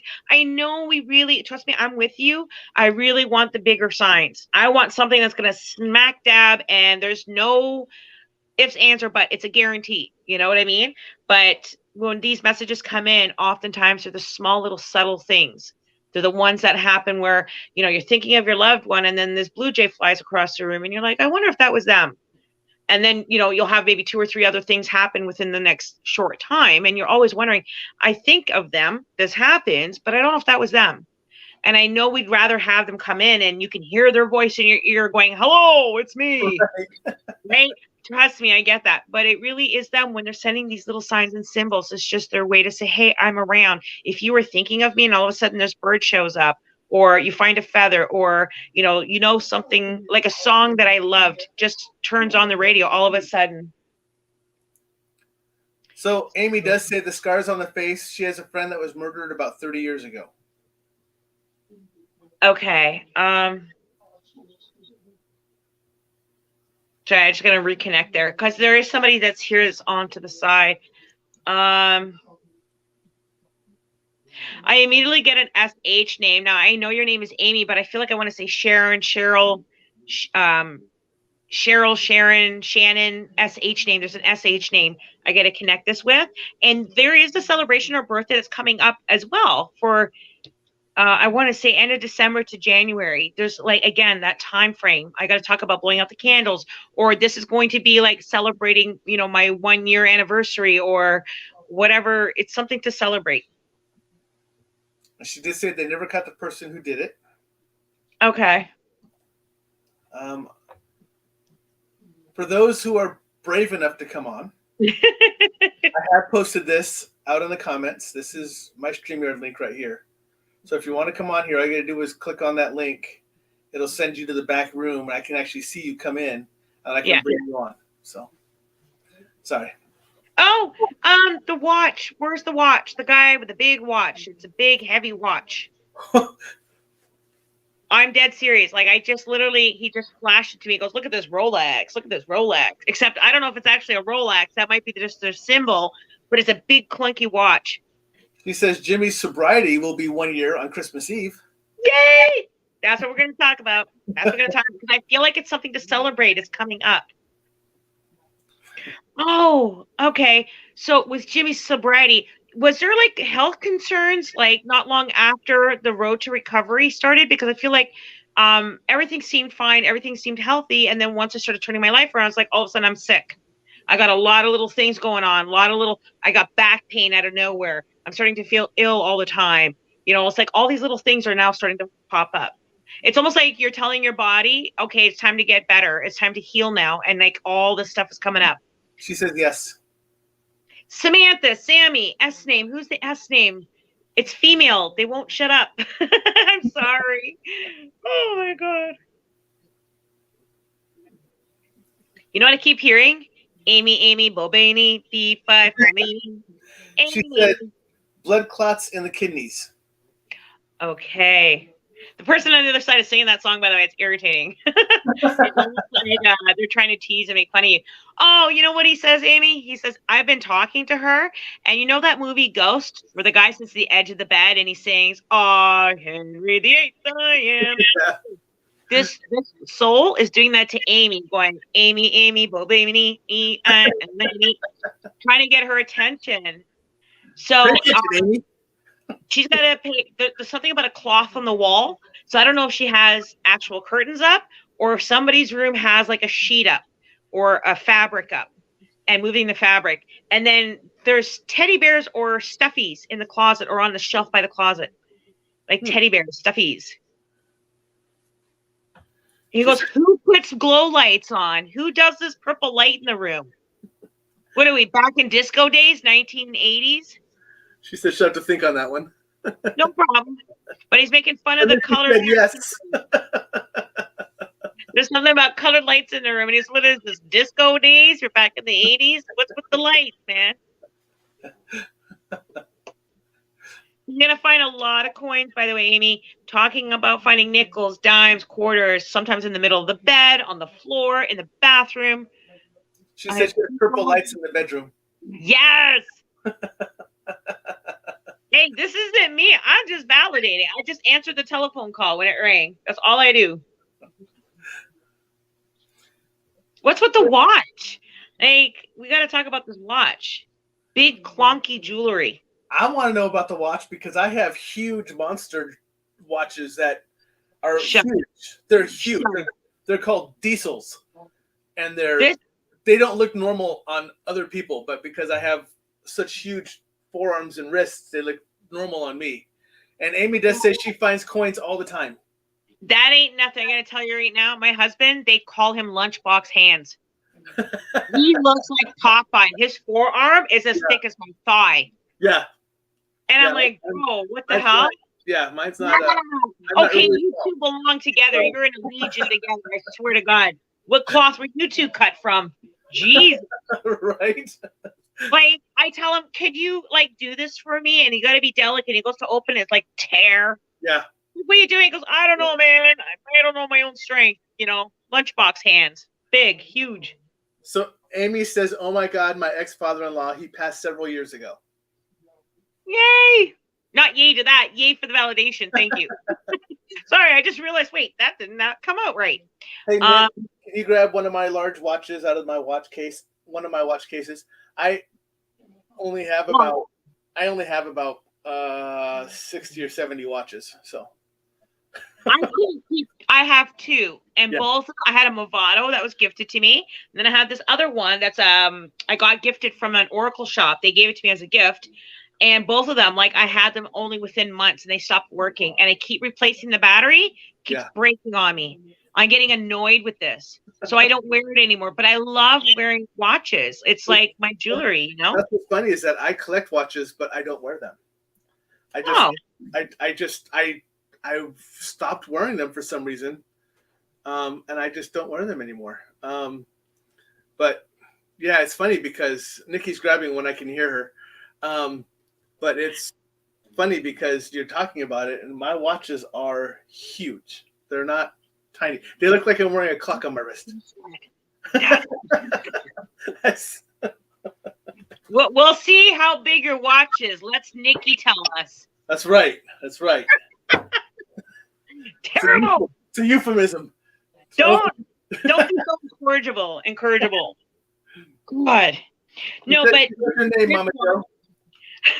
This watch though is like the guy is showing me, and I don't know if it actually is a Rolex, but it's got like a really big face on it. Wait, like, a what? It looks like a Rolex. Like a Rolex? Yeah, but I don't know if it actually means that or if that's just a symbol. But it goes, look, and it's like this huge watch on him, and I'm like, yeah, okay, so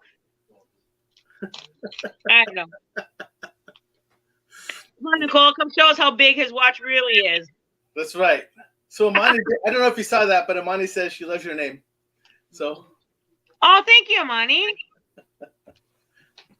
I hear my watch approaching me. Ooh, look what my son left for me. Oh. There's a tiny little chocolate. I'm like, bro, this is enough to rinse my teeth with. Okay, so, all right, so which is funny. Here's one. This is not the large one, but that, and that has a picture of a rhino on it, by the way. I was going to say, what is that? The world map? Is that your compass? That's actually a rhino, if you can see it right there. It looks like you're wearing a compass. Oh my God, that's massive. That's not the big one. I'm going to call you Flavor Flav. That's the big one. And I'm going to call you Flavor Flav. And there's another one just like it, just in a different color. God. Yeah. So, here, I'll show you what it looks like on one of my wrists once I can get it on there. Oh, you know why they're showing me this? Why? It's funny where you moved, right? Yeah. I almost feel like you're a cabin in the woods, except you're not a cabin in the woods anymore.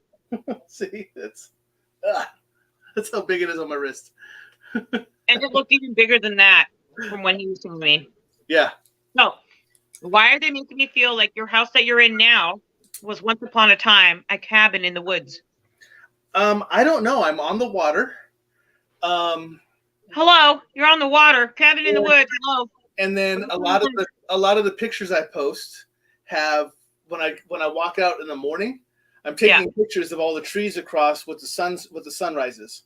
That's your house? That's I thought the other day your sunset or your sunrise. Yeah, that's my house. What? Yeah. Oh, I didn't know that. Yep. I'm gonna tell you, you got two spirits. There's the man in that room where that watches. Okay. I'm not even kidding. I'm not even kidding. There is going to be a burial very close to your house, like less than 100 feet. Really? Yep. Now, I can't say if it's human or animal, but they just showed me a tombstone. Yeah. And it's small, but it is old. And you could see him looking at the back of your house. And there's like big windows. Thanks, Patricia. She says she loves those pictures. She likes my pictures. So I will tell you that I live in a cul-de-sac with not many people. But I'm only a couple houses in, but if you cross that street, like when I'm going out, it's just land. And on the other side of that is the river. And it was really weird that you mentioned that because Nikki and I went kayaking not too long ago. And it was I have never seen it be fight. Now I am used to seeing clusters of birds, like just flocks of birds everywhere. Right. But this was about 40 to 50 turkey vultures. Ooh. And they were circling like they were in a cyclone or in a funnel. Mm-hmm. And they were from, I would say they were anywhere from, all right, so let me do this in my head. They were anywhere from probably 200 to probably 1,000 feet up. And all they were doing was spinning over the exact same place. And I've never seen that many in one location before in my life in the air doing that. It was amazing. Unfortunately, I didn't take my phone out with me when I went kayaking. Otherwise, I would have taken a picture of it. But I was like, holy crap. That's a lot. Amani's saying that's a spirit animal. One of them. There's a reason for that. So turkey vultures, what do we know them to be? What is their attribute? Well, that had to be a message for you. Turkey vultures are the cleaners of the world. Right. Right? Yep. They help control disease and spreading of disease and germs. They clean up. Yeah. They are the animals that also will take advantage of free meals, quick meals. They don't fight, but what do vultures do to keep other vultures or other animals away? They poop on their own legs. And apparently it stinks really, really bad. I've seen a vulture up close. They're bigger than a pit bull. They're massive. They're huge. Yeah. So they vomit on their own legs and poop on their own legs and leave it there. So that's why people go, ew, a turkey vulture, that's gross. But actually, they're the ones that doing that keeps them actually healthy and clean. Right? So when you have an animal like this cross in front of you, look at all the attributes. To any of you out there, if you have any type of animal that comes in front of you, look to the attribute of that animal, the lifestyle, the way it's living. How does it, present itself to the world? What is its job here? And what does it be known to do, right? Yeah. Squirrels are like gatherers preparing for the change of season, harvesting, right? Scurrying quickly and safely between places, learning how to branch or connect from one to the other. These might be important messages that we don't get because we're seeing a squirrel and go, oh yeah, that's just a squirrel. Right. Oh, that's just a turkey vulture. but there's something in it, and it's trying to give you a message. And I took that one as a sign by how many there were. We see turkey vultures in our area because we live around a lot of. I want to say it's almost like forested area a little bit, but so we always see one or two flying around. But to see that many congregate in one spot was just amazing. And Nikki wants me to ask you or tell you about. I also posted 2 videos. Okay. One is it was only around the back of our house, no one else's houses at all, and it only went to our property. It never went anywhere else. We had hundreds of dragonflies flying around. Beautiful. Yeah, they were all over the place, and they went, like I said, they would go out towards the water. They wouldn't go over the water, but they'd go out towards the water over our property and come back, and they just swarmed our upper deck. And so I actually put a video of that. Nikki, did you capture or hear a woman's voice? Did you guys get that yet? I don't think so. Okay, I would do that. Well, we are going on investigation on Friday. Yeah, but this has to do with your house. Okay. Not work. Okay. Sorry. Well, and then, so about a week after that, maybe 2, a neighbor's house, we saw them flying over our house, but a neighbor's house had hundreds, and I mean hundreds, of blackbirds land on their house, in their yard, all over by the water and everything else. No one else's property. They didn't touch anyone else's property. They landed all on that property, and they were there. And I actually grabbed my phone and started videotaping. And something happened, like almost like a gunshot. I think someone might have slammed the door to scare them, and they all flew off in one big flock. And I actually recorded it all. So I keep forgetting you're with the Army. Do some research on the land. There is going to be a burial not far from your home. True. I am dead serious. I can do that. Yep. So I just remember that. I was like, oh, he should be able to do this. That really wouldn't surprise me. And it wouldn't be surprising if you find the name Ronald. And that's not a common name anymore. Right. It's not. Ronald. So, see, this is why I keep a pen and paper besides me. Me too, actually. I know. But yeah, so it's been interesting that since we've moved here, we've had these different phenomenon happen. So it's been pretty interesting to pick up. So I'm interested though that you said that there's a man in my basement. Nikki knows that I don't really open up in my house, and I don't practice or do anything in my house. I'm pretty. This isn't anything you calling, honey. It's just there. Right, and it's completely benign. It's very gentle. They're just there. Because I kind of figure that because normally if there's something, if I'm in an area with something that's negative, my senses kick off fast. Yeah. But if they're just there, they're just hanging out, unless they want me to sense them. Then another name, Marianne. Marianne, huh? Marianne. I know the name Mary, not the one that's on here, but I know a Mary that's been following me for a little over a year now. No, she actually spoke to me from another dimension. No way. Because the Marianne name together. When I was with our team, our old team, at an investigation, she came to me, and I brought the name up, and the other 2 mediums that were with me, you know who they are, they were like, we don't sense her, and I go, you can't, and because she's telling me they won't sense me because I'm in another dimension, and you have the ability to read other dimensions, they don't. Mm-hmm. That was the first time I learned I can do that, and it was different because the feeling that I normally get from here is in my head, and this one was across my shoulders. Mm-hmm. So it's a totally different feeling about where I was getting it from. But she said her name was Mary, and she was actually initially she was trying to get Rob's wife to go on her own to a location so she could try to reach out to her because she's so blocked, because Rob's wife is so blocked. She was trying to reach out to her to let her know that she can contact if she was on her own. But ever since then, she stayed with me. And so she's kind of just with me wherever I go now, and she'll talk to me every once in a while. That's cool. Yeah. Because I've never picked that up before with you. So I get like a Mary Ann.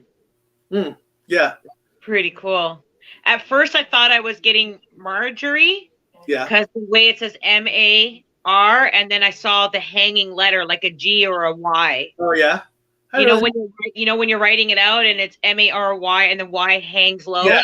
Yeah. Like the G. So I saw M-A-R and then that, and I thought, oh, maybe it's Marjorie. And then I heard the correction of Marianne. And I'm like, oh wow. So I gotta tell him. Yeah, because that's her name. She told me Mary, and she's been with me, like I said, for a while now. A year and a half now. So, and she just hangs out, and she pops away, and then she comes back and talks to me and other stuff. So yeah, it's interesting. So she's going to be one of your guides moving forward, more than likely. That's probably what she is. I'm wondering. So yeah. I was kind of wondering that myself, but as long as she's been with me. But I'll have to keep an eye out for Ronald because I don't know Ronald. So I don't know either. And I wonder if that's the name of the man in your home or if that's another name that you're going to come across when looking up records. Right. But I just heard Ronald. Yeah. And he doesn't like to be called Ronnie. It's Ronald. It's Ronald. It's the full name. Yeah. So it's not Ron. It's not Ronnie. So no, it makes me feel like, and so when I hear it in that way where it's my name is Ronald, not Ronnie, back in those days, it would be considered an art form of insult or insulting to shorten someone's name. Yep. Right. So if like I have a spirit that's here in my house, his name is Charles, but then he introduced himself and he says, but you can call me Charlie. And the reason he did that is because he feels intimately like we know each other. Right. But anybody else, he would be like, my name is Charles. That's what you're going to call me, is Charles. Right. He didn't introduce himself as Charlie. He said Charles first. So that for me is the same thing with Ronald. It's Ronald, not Ronnie. Right. Right. Yeah, So you feel like it's an older soul. It's his formal name, not his informal name. Yeah. Right. Yep. So does anyone else have any more questions for Miss Joanie?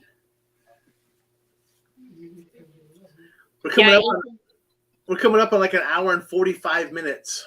I just seen that, like when it said 9:41. I'm telling you, when we're on the shows, they just fly right by. Yep. So.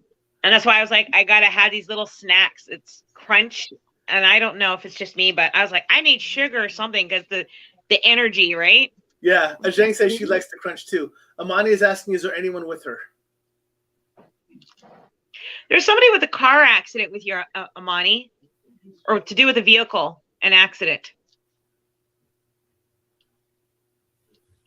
So I'm not sure what that means yet. I will tell you this. They send doves with you. They look like mourning doves or turtle doves. Nikki sees those all the time. Holy cow. So this one says Facebook user, which I believe is Joe. It says very pleasant conversation. So thanks, Joe. It's funny because I saw Joe pop up as his name, so I'm not sure if this is Joe or not. But sometimes Joe goes. Well, normally when I see him as Facebook user, and that's how I know it's Joe because he's the only Facebook user I have pop up. Well, thank you, Facebook user Joe. Amani said she'll process this. So. Oh yeah, and he says it's me. LOL. So yeah, it's Joe. Joe's at work, so that's why he listens in while he's working, and which is one of the reasons why I read the comments that I put up there, because I also know people are listening to us, maybe not watching us. So I have a tendency to read them out loud once I post them, so that way they know. Whenever I hear that name, Joe, it brings me back to a childhood song that I used to sing to my kids. You guys might be familiar. It goes, "Hi, my name is Joe, and I work in a button factory. I got a wife, 2 kids, and a family." Have you ever heard of it? I have heard that song, yes. Okay. So everyone calls me Joe. That's how we started this whole thing here. So that's for you, Joe. Rosie is asking, who is the dark shadow with her? Was there a male that just passed, like within the last couple of days? There's a male energy, and it feels like somebody who is like just under the age of 55. Nikki said, I sing that to my nieces and nephews all the time. Is it Enzo? It's an E name, Rosie. E name. Emmanuel. She says no. Okay, No it's officially. Pardon? She said no. It's not. I'm assuming that's not recent. The one you said is someone who passed recently. Amani's back with, oh my God, hey, thanks, Mama Joe. I had a friend pass in September. We were super close. He died in a car accident. Took it pretty hard. He was young. Thanks a million. Thank you so much for the validation. Much love, sweetheart. And Rosie said, not that she knows of. Okay, so talk about this with family members, Rosie, because this is a gentleman who passed. It was quite sudden. I feel like the heart stopped, but I don't yet have clarity of how that happened. But the heart stopped. It's a man under the age of 55. At least it feels that way because I can still see he has thick hair. He's a little bit on the thick side. He's not heavy. He's not fat. He's just a little bit thick. Somebody likes to eat a little bit more than they should. Anyways, there's an E name connection, and it's unique. It's not Edward, but it's like Enzo or Emmanuel. Like it's not a common E name. And their anniversary, birth date, or death date just happened, like the last couple of days, literally. And I feel like this is them stepping forward, just saying, don't be afraid, it's me. So sometimes we might see a dark shadow. Be sure that it's not because you're so afraid to see spirit that they're trying to hide themselves. Because I'll tell you this, when I see spirit, sometimes spirit goes, oh, she can see me. I got to hide. But they can't hide anywhere. Do you know what I mean? So what they'll do is they darken themselves, or it's like they put a cloak on because they don't want me to see them. There's times I've gone to places where spirits around. Some of them are open and they say, oh, she's cool with us. I can show her. I can talk to her. Yeah. Other spirits are like, I don't want her to see me. I have to hide. So more than likely, Rosie, you probably have abilities that are just on the surface. You have like an intuitive knowing, a gut feeling. Something at the corner of your eye moves. You see a flash in the corner of the room, in the ceiling, a flashlight or a ball of light. Okay. You have dreams that you are very real to you, very vivid. So when you have someone who has those abilities like that on the surface, when spirit comes in the room, they go, uh-oh, came in the room and this one can see me. I got to hide. And that's kind of what they do, is they cover themselves. So don't be afraid. But when you do see that dark shadow, call them out. Don't be scared. Say, hey, listen, I see you. I know you're there. Just identify. Talk to me. Who are you? If you're not willing to show me who you are or talk with me, you cannot be here. And you lay those boundaries down, okay? But the E name man is just letting family know he's all right. And he sends love. She says, I see this in my peripheral vision, and I'm not always been there. So that's okay. Yeah. Rosie, there is a woman that's in your room, and it just makes me feel like grandmother. Okay. She stands between the bed and then where you put your clothes. I don't know if you put your clothes on a chair or if it's in the closet, but she's right by your bed and between where you put your clothes, because she shows me you reaching over and putting your clothes down. So I had to have some chocolate. I'm just really needing the sugar rush. But it's grandmotherly like energy. This connects to mom's side of the family. And she's like, just let her know she's okay.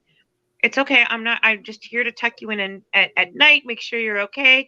You know, just watching over you. You know what I mean? Sits by your feet and talks to you when you sleep. You know, it just keeps you company. They love you. She says, always been there. She's sorry, trying to eat too. So, always been there, so I have a question for you. Sure. This is going to combine a couple of things. So I just don't know. This is why I'm asking. Are you able to hold on? First, she says, thank you, love. Are you able to tell information? I am very curious and I'm very open because bring it on. I'm very curious and I'm very open to being visited by alien. And I've actually expressed that out loud numerous times. Why do you think you haven't been visited? Well, so let's say I am open. I'm pretty sure I have. But let's say you don't need to be open because you've already been visited. Let's say I'd like to remember my visits. No, the question is, are you able to know if it's going to happen again through a reading, or is that something that's totally different because it's through an alien side of the house? Well, here's my take from my experience. I believe alien and somebody who's very spiritually, there is connection. Okay. Right. However, there are things that we're not allowed to remember, both spiritually, that happens, but same thing with the aliens. Inside, yes. My star people. Yes, and I believe that I have been visited. Absolutely. Because I know that I have numerous starseed patterns. The thing is, you think you moved, that makes a difference. It don't. You're going to find that you have something in the front yard. It's almost like a beacon that calls them and lets them know, oh, he's here now. Okay. Yeah. I would like to, and I know this, I don't know how demented this sounds, but because every work in the water with your job, by the way? What's that? You work in the water in your job? No, I do not. Okay. Because I'm going to tell you something to do with the star people in you. There has to be work done with water. In the water. Okay. Which is very interesting you say that, because someone that I spoke with earlier just came out and said, do you know that originally you were Atlantean? Yes. Oh, absolutely. Okay. Yes. I don't mean to be so loud, but I'm really excited.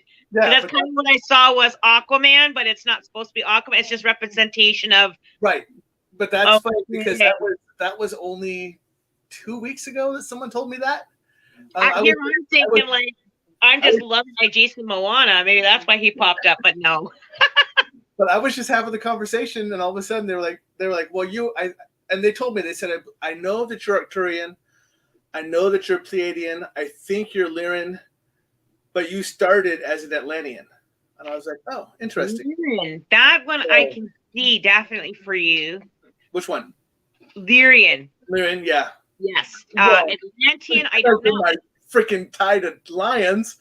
Right? I don't know, but I'll tell you, Pleiadian and Lyrian, definitely I can see that for you. I really can. Atlanta, I don't know. We would have to sit together. Yeah. That's what sweat lodges sometimes are used for. Well, I believe Canada's open now, isn't it? Yes. Just saying, I can find a way up there. So not to, Nikki's of course going to come with me, so it's going to be during the summer. So Amy is stating that she has two spirits in her house. One is male that she calls her protector.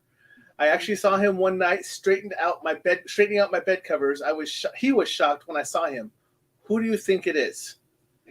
So it's probably the man from the land that your house is on. And I wouldn't go back further than like mid to early 19th century. So around 1820 to 1860. Okay. And his last name will start with an S. So if you do a historical search on your property, there's going to be, I feel like the surname will start with an S. I don't know if it's like Schumacher or Charles or Schlutz or Schultz. It's like a weird S kind of last name. That's what I pick up.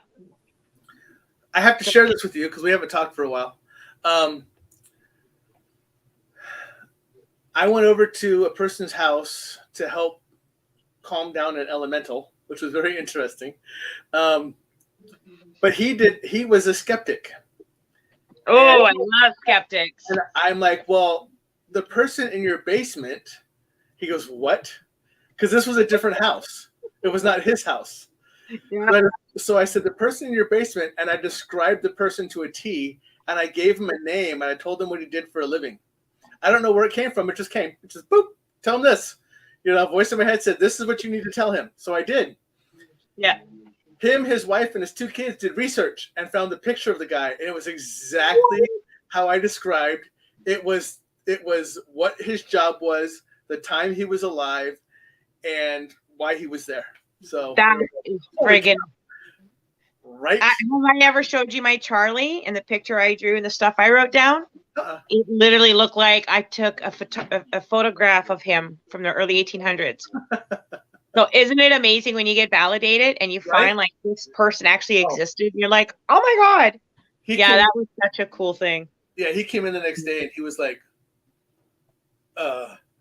we found the picture of the gentleman, and I'm like, oh yeah. I go, what do you look like? He goes, just like the suit, the color of the suit, everything, the way he looked, the facial hair, everything. He was like, I can't doubt anymore. I go, you're welcome.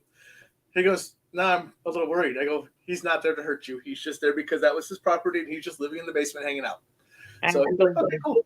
So I have a couple more questions. Rosie is asking, what's the difference between a sweat and shadow work? Okay. So a sweat is not, they're not the same. A sweat is like when you're going in, let's say, I got to be careful because some of the stuff, there is protocol. I can't really talk too much, but I'll basically put it this way. If I need to do some healing work, whether it's through trauma or, and almost, that's why I said it's kind of closely mimic shadow work, but it doesn't do shadow work. Shadow work is something that you would do more in another ceremony.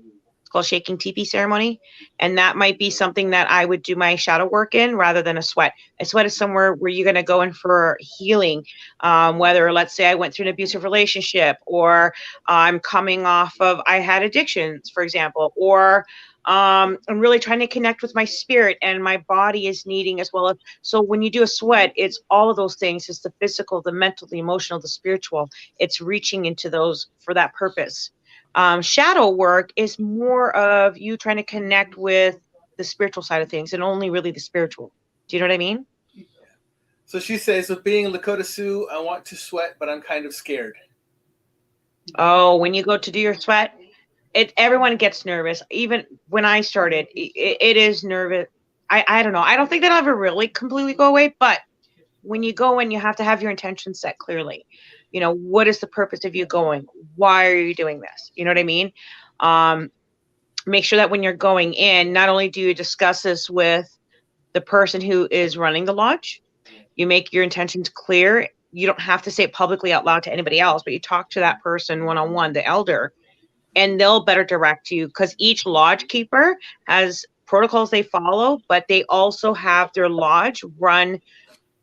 It's almost like, how do I say this? Like, it's like a doctor's office. Everybody has a protocol you got to follow, but some doctors might be a little bit more laid back or do things a little different than other doctors, but it's still the same practice. You know what I mean? Like doctors practice medicine. They all practice medicine, but you know what I mean? So you just got to talk to the conductor, the elder, find out what their protocols are, let them know this is your first time going to a sweat, and what to expect when you go in. Because I find that too sometimes takes the edge off when you're nervous. Like, what should I expect when I'm going in? Always go in with the good intention, a clear intention, mina pamatsawen, in a good way, right? When you go into the sweat too, you're going to be coming out of this. It's like you're rebirthing from Mother Earth. This is the womb of Earth, is that sweat. That sweat lodge is the womb. So when you're going in one way, but when you're coming out, it's like you're being born again. Do you know what I mean? It's like you're birthed again. So go in with clear intentions, right? And good medicine. Beautiful. So when you were talking earlier to Amy about this, about the person who's on her property, probably from mid-18s or 1900s or 19th century, 1800s, she says they do have a lot of Amish around there. So possibly from that area. He's going to be a little bit pissy too, and I bet you he's probably initialed F, the first name, F. Okay. Wouldn't surprise me. Probably Francis. So our Facebook user, which is Joe, says, here's a question for you. I had a dream last night involving a Hawaiian god and a task given me to overcome him. I was told there is a message there, but can't think of what it is. Oh, so you have been given direction, but if you know the answer, you won't do it. Don't fight too hard to try and figure out what it is. Just keep that in mind. You were given something to do. You may not remember what it is you got to do, but as you go through your day-to-day life, be open, because the opportunity to do that kind of work will present itself, and you'll go, oh, is this what it was? I don't know how many times I've had dreams of something, and I'm like, I can't remember, but I know I had 2 children in the dream, and I had to do something with this, but I don't remember what it's for. And not long after, I'll come across a situation, and there's the 2 kids, and I'll go, ooh, this kind of gives me almost like a deja vu feeling, I still don't know what I'm supposed to do, but I know like I'm in the right place at the right time. You know what I mean? Yep. And as it's happening, it's like this knowing will come and I'll be able to do it. Fantastic. I know it sounds crazy, but trust me, it literally is like that. That's funny that you said that, and this is funny that he says this because he goes, "Damn it, that's what Jamie said." And I was going to tell him if we tell you what you're supposed to do, it's not going to happen. And that's exactly what I was going to tell him too. But so you're stuck, Joe. Do it on your own. Yeah. You can't cheat off our papers. Go get your own. I keep wanting to say the name Sierra or Sienna. Every time you mention Joe's name, Sierra, Sienna. I don't know if there's anybody around him that needs to connect with that name. Yeah, I don't know. It might mean something with that dream you're talking about. So who knows? But whatever comes of it, let me know, Joe. Mahalo. I would love a direct answer now and again instead of you already know. No, you know how this game is played. You've been doing it long enough. So, Joe, you know, one of your purposes, I think the biggest purpose for you is you bring laughter to the world, joy. You heal others with your laughter and your joy. Your heart is bigger than the universe. You wear your heart on your sleeve. And I love how like you dote on or take care of that younger or the smaller woman. I don't know if this is your mom, but I feel like you really dote on her, take care of her, look after her. I feel like this is a friend, a very close friend or a male best friend. That's in spirit, by the way, Joe. Don't worry too hard about like, oh, am I doing the right things and stuff? Because you are. Your main purpose in life is you heal through laughter. You heal so many with laughter. So keep being your silly you. Bring that joy out because that's what your work is to do, is to heal others with laughter. All right. So you mentioned at the very, very beginning of the show, and I said you were late. You said, sorry, I'm on Indigenous person time. Which is so funny you say that because William Nighthawk just popped in and said, sorry, late on Indian time. So who said that? William Nighthawk. Oh my God. Listen, William, let me correct you. It's not Indian. It's called Indigenous. That's what we call it. It's okay. We've said it for many years, Indian time, but it's funny. To be honest, we're going to change that and put it back to Indigenous. All it's right. Because he's Lakota, so. Oh, I'm Nakota. So I laugh. No, Nighthawk, I'm Nakota. So hello, cousin. Joe says, awesome, thank you. Missy's popping in. Hi, Missy. And Amani's saying, well, Joe, that's relevant. Yeah, it is, because that's how Joe is. Joe's the one we talked about earlier. And Rosie's saying, I would be late for my own funeral. I'm pretty sure that Joanie would too. Yes, I would. But yeah, Joe is the one I talked about earlier that I said was does the Hawaiian haunting. So he's the one I did the time frame for out in Hawaii. No way. Yeah. Yep. What? Okay, can I like be a fly on the wall when you guys do that? I want to see. Yeah. And Nighthawk says, I'm a smart ass. I'm First Nation. So yes. First Nation. Nighthawk sounds familiar. I think I've heard or spoke to him before. So he's been on my show. Like he hasn't been a guest, but he's always in the audience. Okay. But I think I've seen him do something before too, and I just can't off the top of my head. But doesn't he do something that's like Bigfoot stuff? He does yes, he does. He does Bigfoot stuff. It's the same guy. He does high strengthness radio. He does a lot of different. He has like 2 or 3 different programs. Excuse me. Okay, so Nighthawk, I think we know each other because I think he's done a show once or twice where I jumped on. I'm like, hey, listen, I got a question, and just like chewed his ear for a bit. I thought it was a really cool show because he talked about so you guys, I think what you call him is Bigfoot or Sasquatch. Mm-hmm. And I feel like I'm getting messages right now. This is so crazy. Anyways, in our culture, we call him Gichisabe. which is Ojibway for like Sasquatch or Bigfoot, right? So when Nighthawk was doing a show and I remember being in the audience, I was like, oh, I got a question. Wait, I got another one. Wait, I got another one. And I'm sure he's like, all right, enough with Joni. Stop it. I want to hear it. I got other people here. It was something like that, but we had a great time. It was fun. I loved it. I just want to ask Rosie, whose podcast? You're like, what is your podcast? Whose? I'm just curious who you're asking for. I don't have a podcast. I'm not that famous yet. You're more famous than I am. No, I'm not. Yes, you are. No, I'm not. Way more famous than I am. Joe's saying, starting to feel the drain now, 10 days in, having weird dreams now. You'll have to. Well, that moon yesterday might have really added to that. You'll have to read this because I don't know. My eyes are tiny. Chitanka. Chitanka? Chiye, Tonka. So that he's speaking Sioux? Is that Sioux language? I'm assuming. It's not Ojibway, I'll tell you that. Ojibway. So Nighthawk's channel is the Nighthawk High Strangeness podcast on YouTube. Rosie, mine is actually, hold on. I'll throw mine up there. I normally do it at the end of the show, but I'll throw it up now. Stuff I Never Learned from Facebook.com, Stuff I Never Learned from a Schoolbook. You can also see me on Twitch, twitch.tv, Stuff I Never Learned. On the YouTube channel, it has all those wonderful letters and numbers and blah, blah, blah. If you just type in Stuff I Never Learned, I'm the only one that pops up. So the fastest way to get to me is on the Facebook.com, Stuff I Never Learned from a Schoolbook. All is one word. But I will post this back up there as well later on at the end of the show. But we also have one more, and there's Joannie White Buffalo's right there. So that way I'm covering everybody's. There's Joannie White Buffalo right there, Facebook.com/WhiteBuffalo40.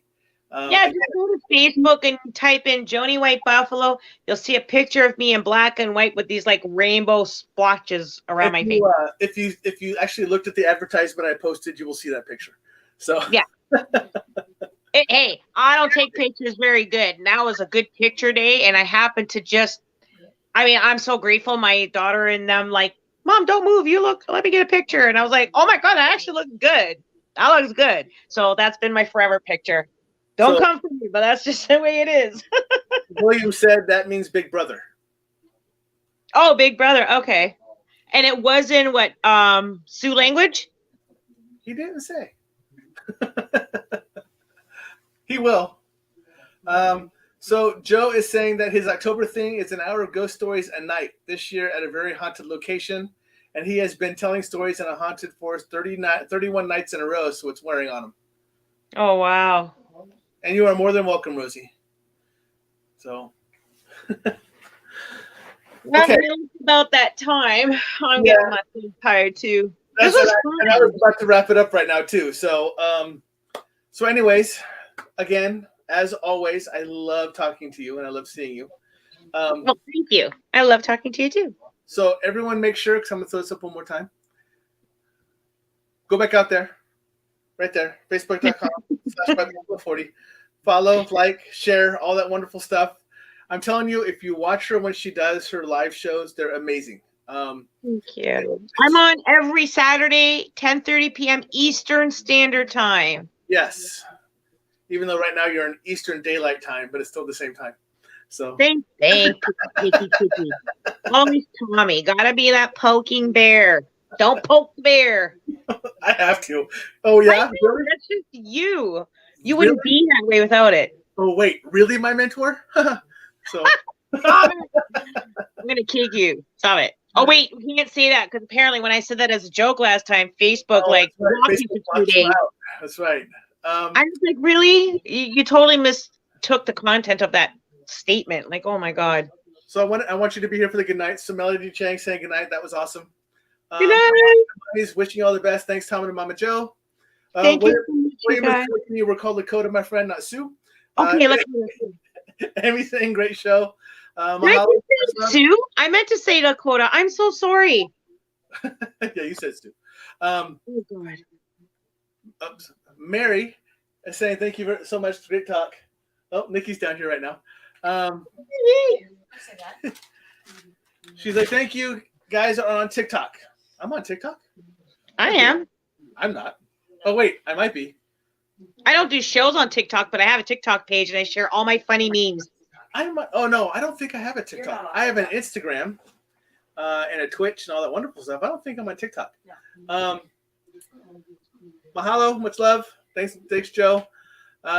William is saying thanks. See you all later. Share and follow this podcast. Everyone, thank you. Remember, Nighthawks, you got to go out and check out his stuff too. He's also out here on YouTube. Jolene, much love. Appreciate it.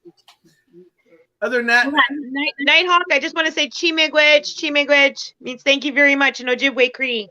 Cree. Sorry, I had to squeeze that in there. You were saying? Like I said, this is your show. I'm just the host. I'm just here to color. But anyways, thank you again for coming on. I love having you on here. You know you're going to be on again. I can't have this program really without you about every 6 months coming on to talk about what's going on new. And you and I personally will have to talk more because we kind of fell apart there for a little bit because you were so busy and I was so busy. So we have to find time to talk to each other again. But other than that, if you would stay around, someone's sitting behind me and wants to talk to you for a couple of minutes. So I will say goodnight to you and I will be right back with you. So much love. Thank you so much for having me. Yep. All right, everyone, that's my show. Next week, let me do this really quick. If anyone is still on here. Next week, sorry, I got to go out and look at my show listing once I find it. I believe I have on 2 people next week that are going to be on together. Where are you at? Uh-oh. I don't know what today is. Oh, today's the 10th. Oh, holy crap. So I have a midweek show going on the 13th, and I have Taryn and April coming on the 13th. I got to get a post up for that one. Whew, man, I got to remember that one. But Taryn and April are going to be on my show on the 13th, and they are phenomenal. So make sure you tune into that one. And then next week, I also believe that I have on Sarah and Ben. They're actually authors, storytellers, as well as paranormal investigators. So they're going to be coming on the 17th. So I have a couple of running up shows here pretty quickly. And I am actually going to be on Jessica Jones, the Cryptid Huntress, on YouTube on the 15th. So we're going to be talking as well. So all kinds of stuff coming up this week. I hope you all kind of tune in and watch everything that's going on. I got a bit of everything going on this week. This is going to probably be my busiest week I've had, and I'm really excited about it. But thank you all for watching. As you all know, I love you all very much, and I could not do the show without you. I really love your support. Feel free to share this out. Feel free to let everyone know so we can kind of grow this community, because that's what this really is a community to support each other. And have a great night. I will see you all here in 3 days when I have Taryn and April on. Other than that, have a great week, and I love you all.